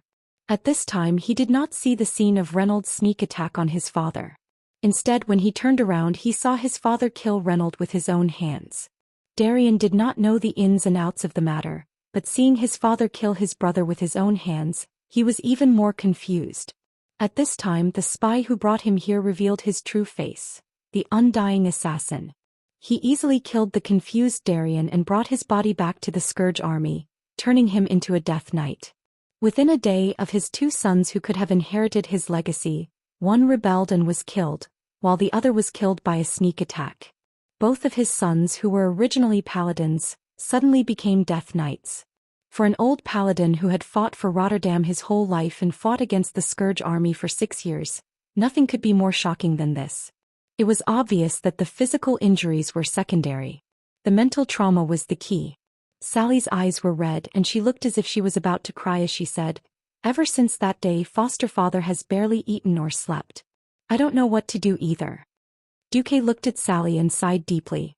The situation in this life was much better than in the original history. If this had happened at this point in time, old Mograine would have died long ago, and Reynold and Sally would have fallen into the mad Scarlet Crusade, becoming the cheating couple in the players' mouths. Now, Sally had been completely cleansed and had become a priest surrounded by holy light. But Duque couldn't estimate the suffering of Reynold and Darien.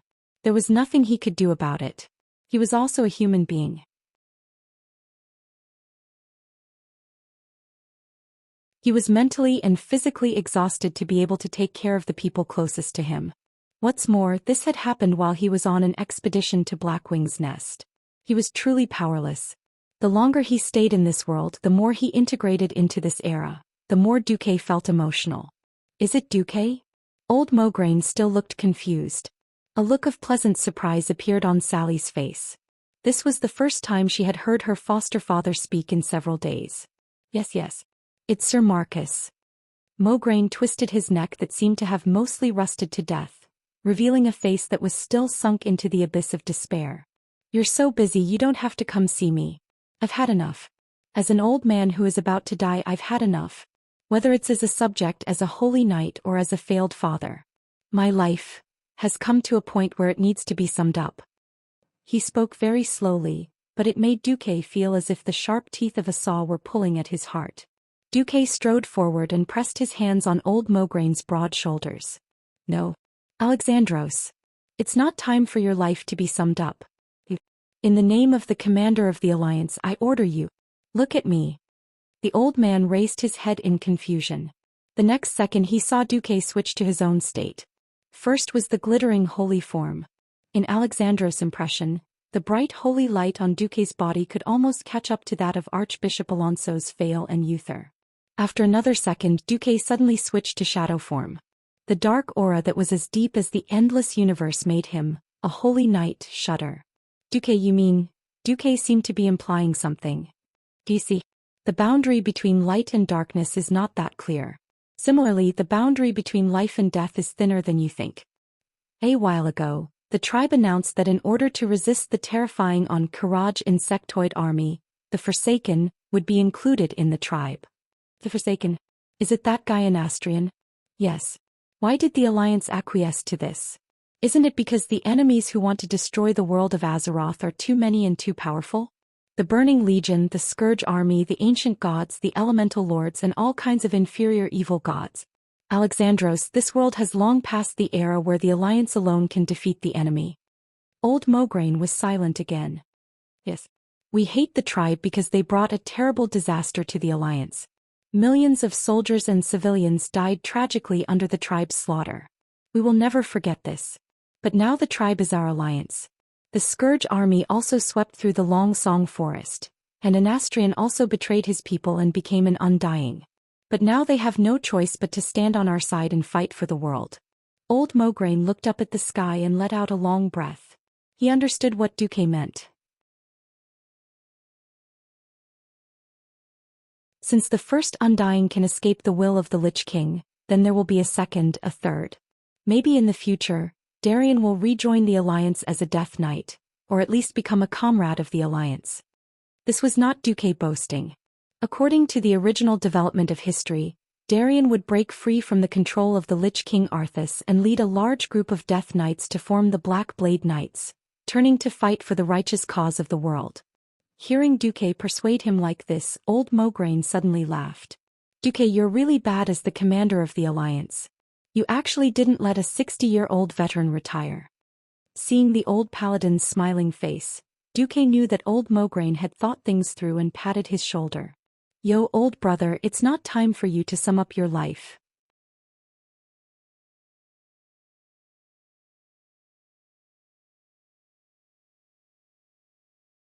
Chapter 1236. After taking care of old Mograine, Duque led the army to the Sin Dorii kingdom without stopping. With Naxxramas forcing on Courage to surrender, the Scourge army had to fight the bugs head-on. The alliance's military strength, which was originally very tight, suddenly became abundant. In the camp in the southeast of the Long Song Forest, Duque and the others met Aurelia Rothma Theron and Hadron Mingi. After not seeing her for a while, Aurelia had lost a little weight. The pair of giant cats actually showed signs of shrinking. They were originally a very violent symbol. Whether Duque wanted to or not, they easily dominated Duque's vision and gave off a sense of mass. If there weren't outsiders, Duque would have reached out to confirm. Aurelia smiled charmingly at Duque and hugged Duque lightly. Then she hugged her second sister, Sylvanas. "Sister, are you okay?" "I'm fine. It's just that someone pretending to be Kel, Thuzad touched my thigh." "It's disgusting," Queen Sylvanas complained in the whisper of the wind. Aurelia couldn't help but laugh. Beside her, Sasha also laughed. It had to be said that when the three sisters laughed together, the scene was as beautiful as a painting. Duque was left to the side. He was basically a passerby. Aurelia combed her bright blonde hair. "I knew that Duque would definitely save you as soon as he came out. I will continue to carry out my duties." "If I really died and became an undead, what would you do?" Queen Sylvanas suddenly asked her sisters. Aurelia sighed. She didn't know how to answer. Generals would inevitably die in battle. Who could guarantee that their loved ones wouldn't die? Moreover, the four sisters often fought on the front lines. Suddenly, Sasha replied cleverly, "Yes, it must be Duque's fault that we couldn't save you in time. Then I'll have many daughters with Duque and then add a compound surname to each of them. Yes, it's called something something Sylvanas Marcus." Duque was speechless. After fooling around for a while, they returned to the main topic. It's time to put an end to the millennia of conflict between the elves and the ogres in the north. As Duque spoke, almost every elf present felt a chill in their hearts. In the past, the proud elves might have scoffed at such words and scolded Duque for bragging. Now, Duque had used his miracles again and again to conquer the hearts of every elf with all kinds of miraculous achievements. Even if they knew that Duque, that bastard, had stolen the heart of their most respected queen, and even the queen and her sisters, they were willing to accept it. Following Duque's declaration, the sky suddenly darkened. Even the elves on the watchtowers who were on duty couldn't help but look up at the sky, at the humongous flying warship that was emitting terrifying noises.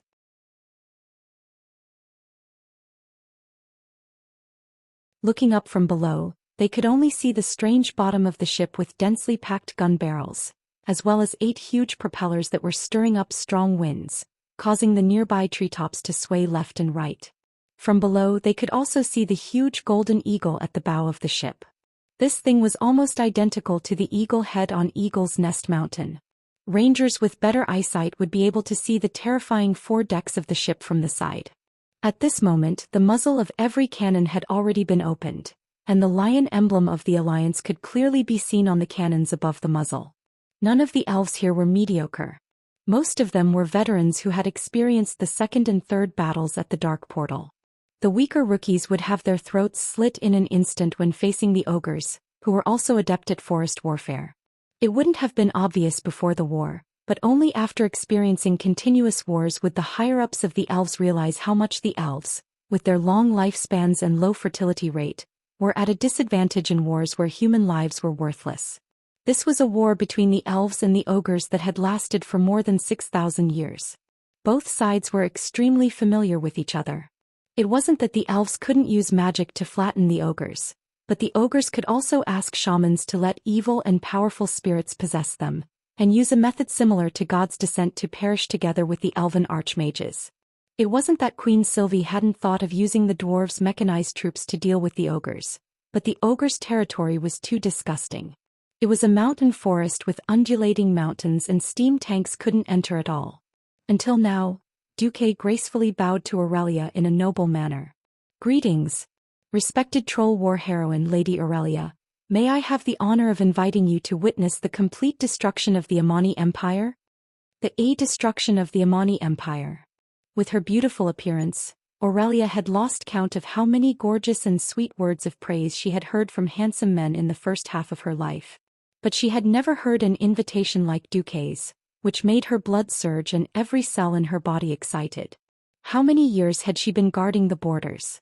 How many companions, how many juniors she had high hopes for, had been slaughtered by the ogres, and they couldn't even retrieve their mutilated corpses. She was the heroine of the troll war. She was also a witness to this terrible war. She hated evil and she hated these Amani ogres even more. Facing Duque's invitation, she didn't gracefully place her slender fingers on it. Instead, she hugged Duque and her fiery red lips landed on Duque's forehead, face and lips like raindrops. Finally, she suddenly stopped and gave Duque a deep kiss that lasted for a minute as a response to his invitation. The elves were stunned and then they smiled in understanding. Who knew that the greedy Duque would shamelessly extend an invitation to Queen Sylvie after tasting the lips of the elves' goddess? Great Queen of Sindorii, what about you? Queen Sylvie put her hands on her hips and said calmly, "Yes, I'll go." This was too far apart. Duque's face fell. Of course the elves were secretly happy. Who knew that in the whisper of the wind Queen Sylvie would secretly swear, "Little bastard. If you can really exterminate the Amani trolls, along with the favor from last time, I'll just wear the set of maid clothes that you gave me, that I'm extremely ashamed of." Hip-length maid outfit, black silk, long legs, lace. Oh. And a real queen would wear it for him. Duque was so excited that he was about to go crazy. He immediately put on a sanctimonious act. The group rode on the flashy pureblood dragon eagles, followed by Lore, Thema and the others who were riding normal dragon eagles, and flew to the heaven breaker. Magni went up to them first. "Welcome, beautiful elven ladies. Alright, are you ready to trample the Amani Empire under your feet?" Hundreds of high-level elves nodded in unison. Yes. You're tuning in to the Zhou Xian's Legacy YouTube channel. Don't forget to subscribe and join us on this journey to catch the most captivating stories.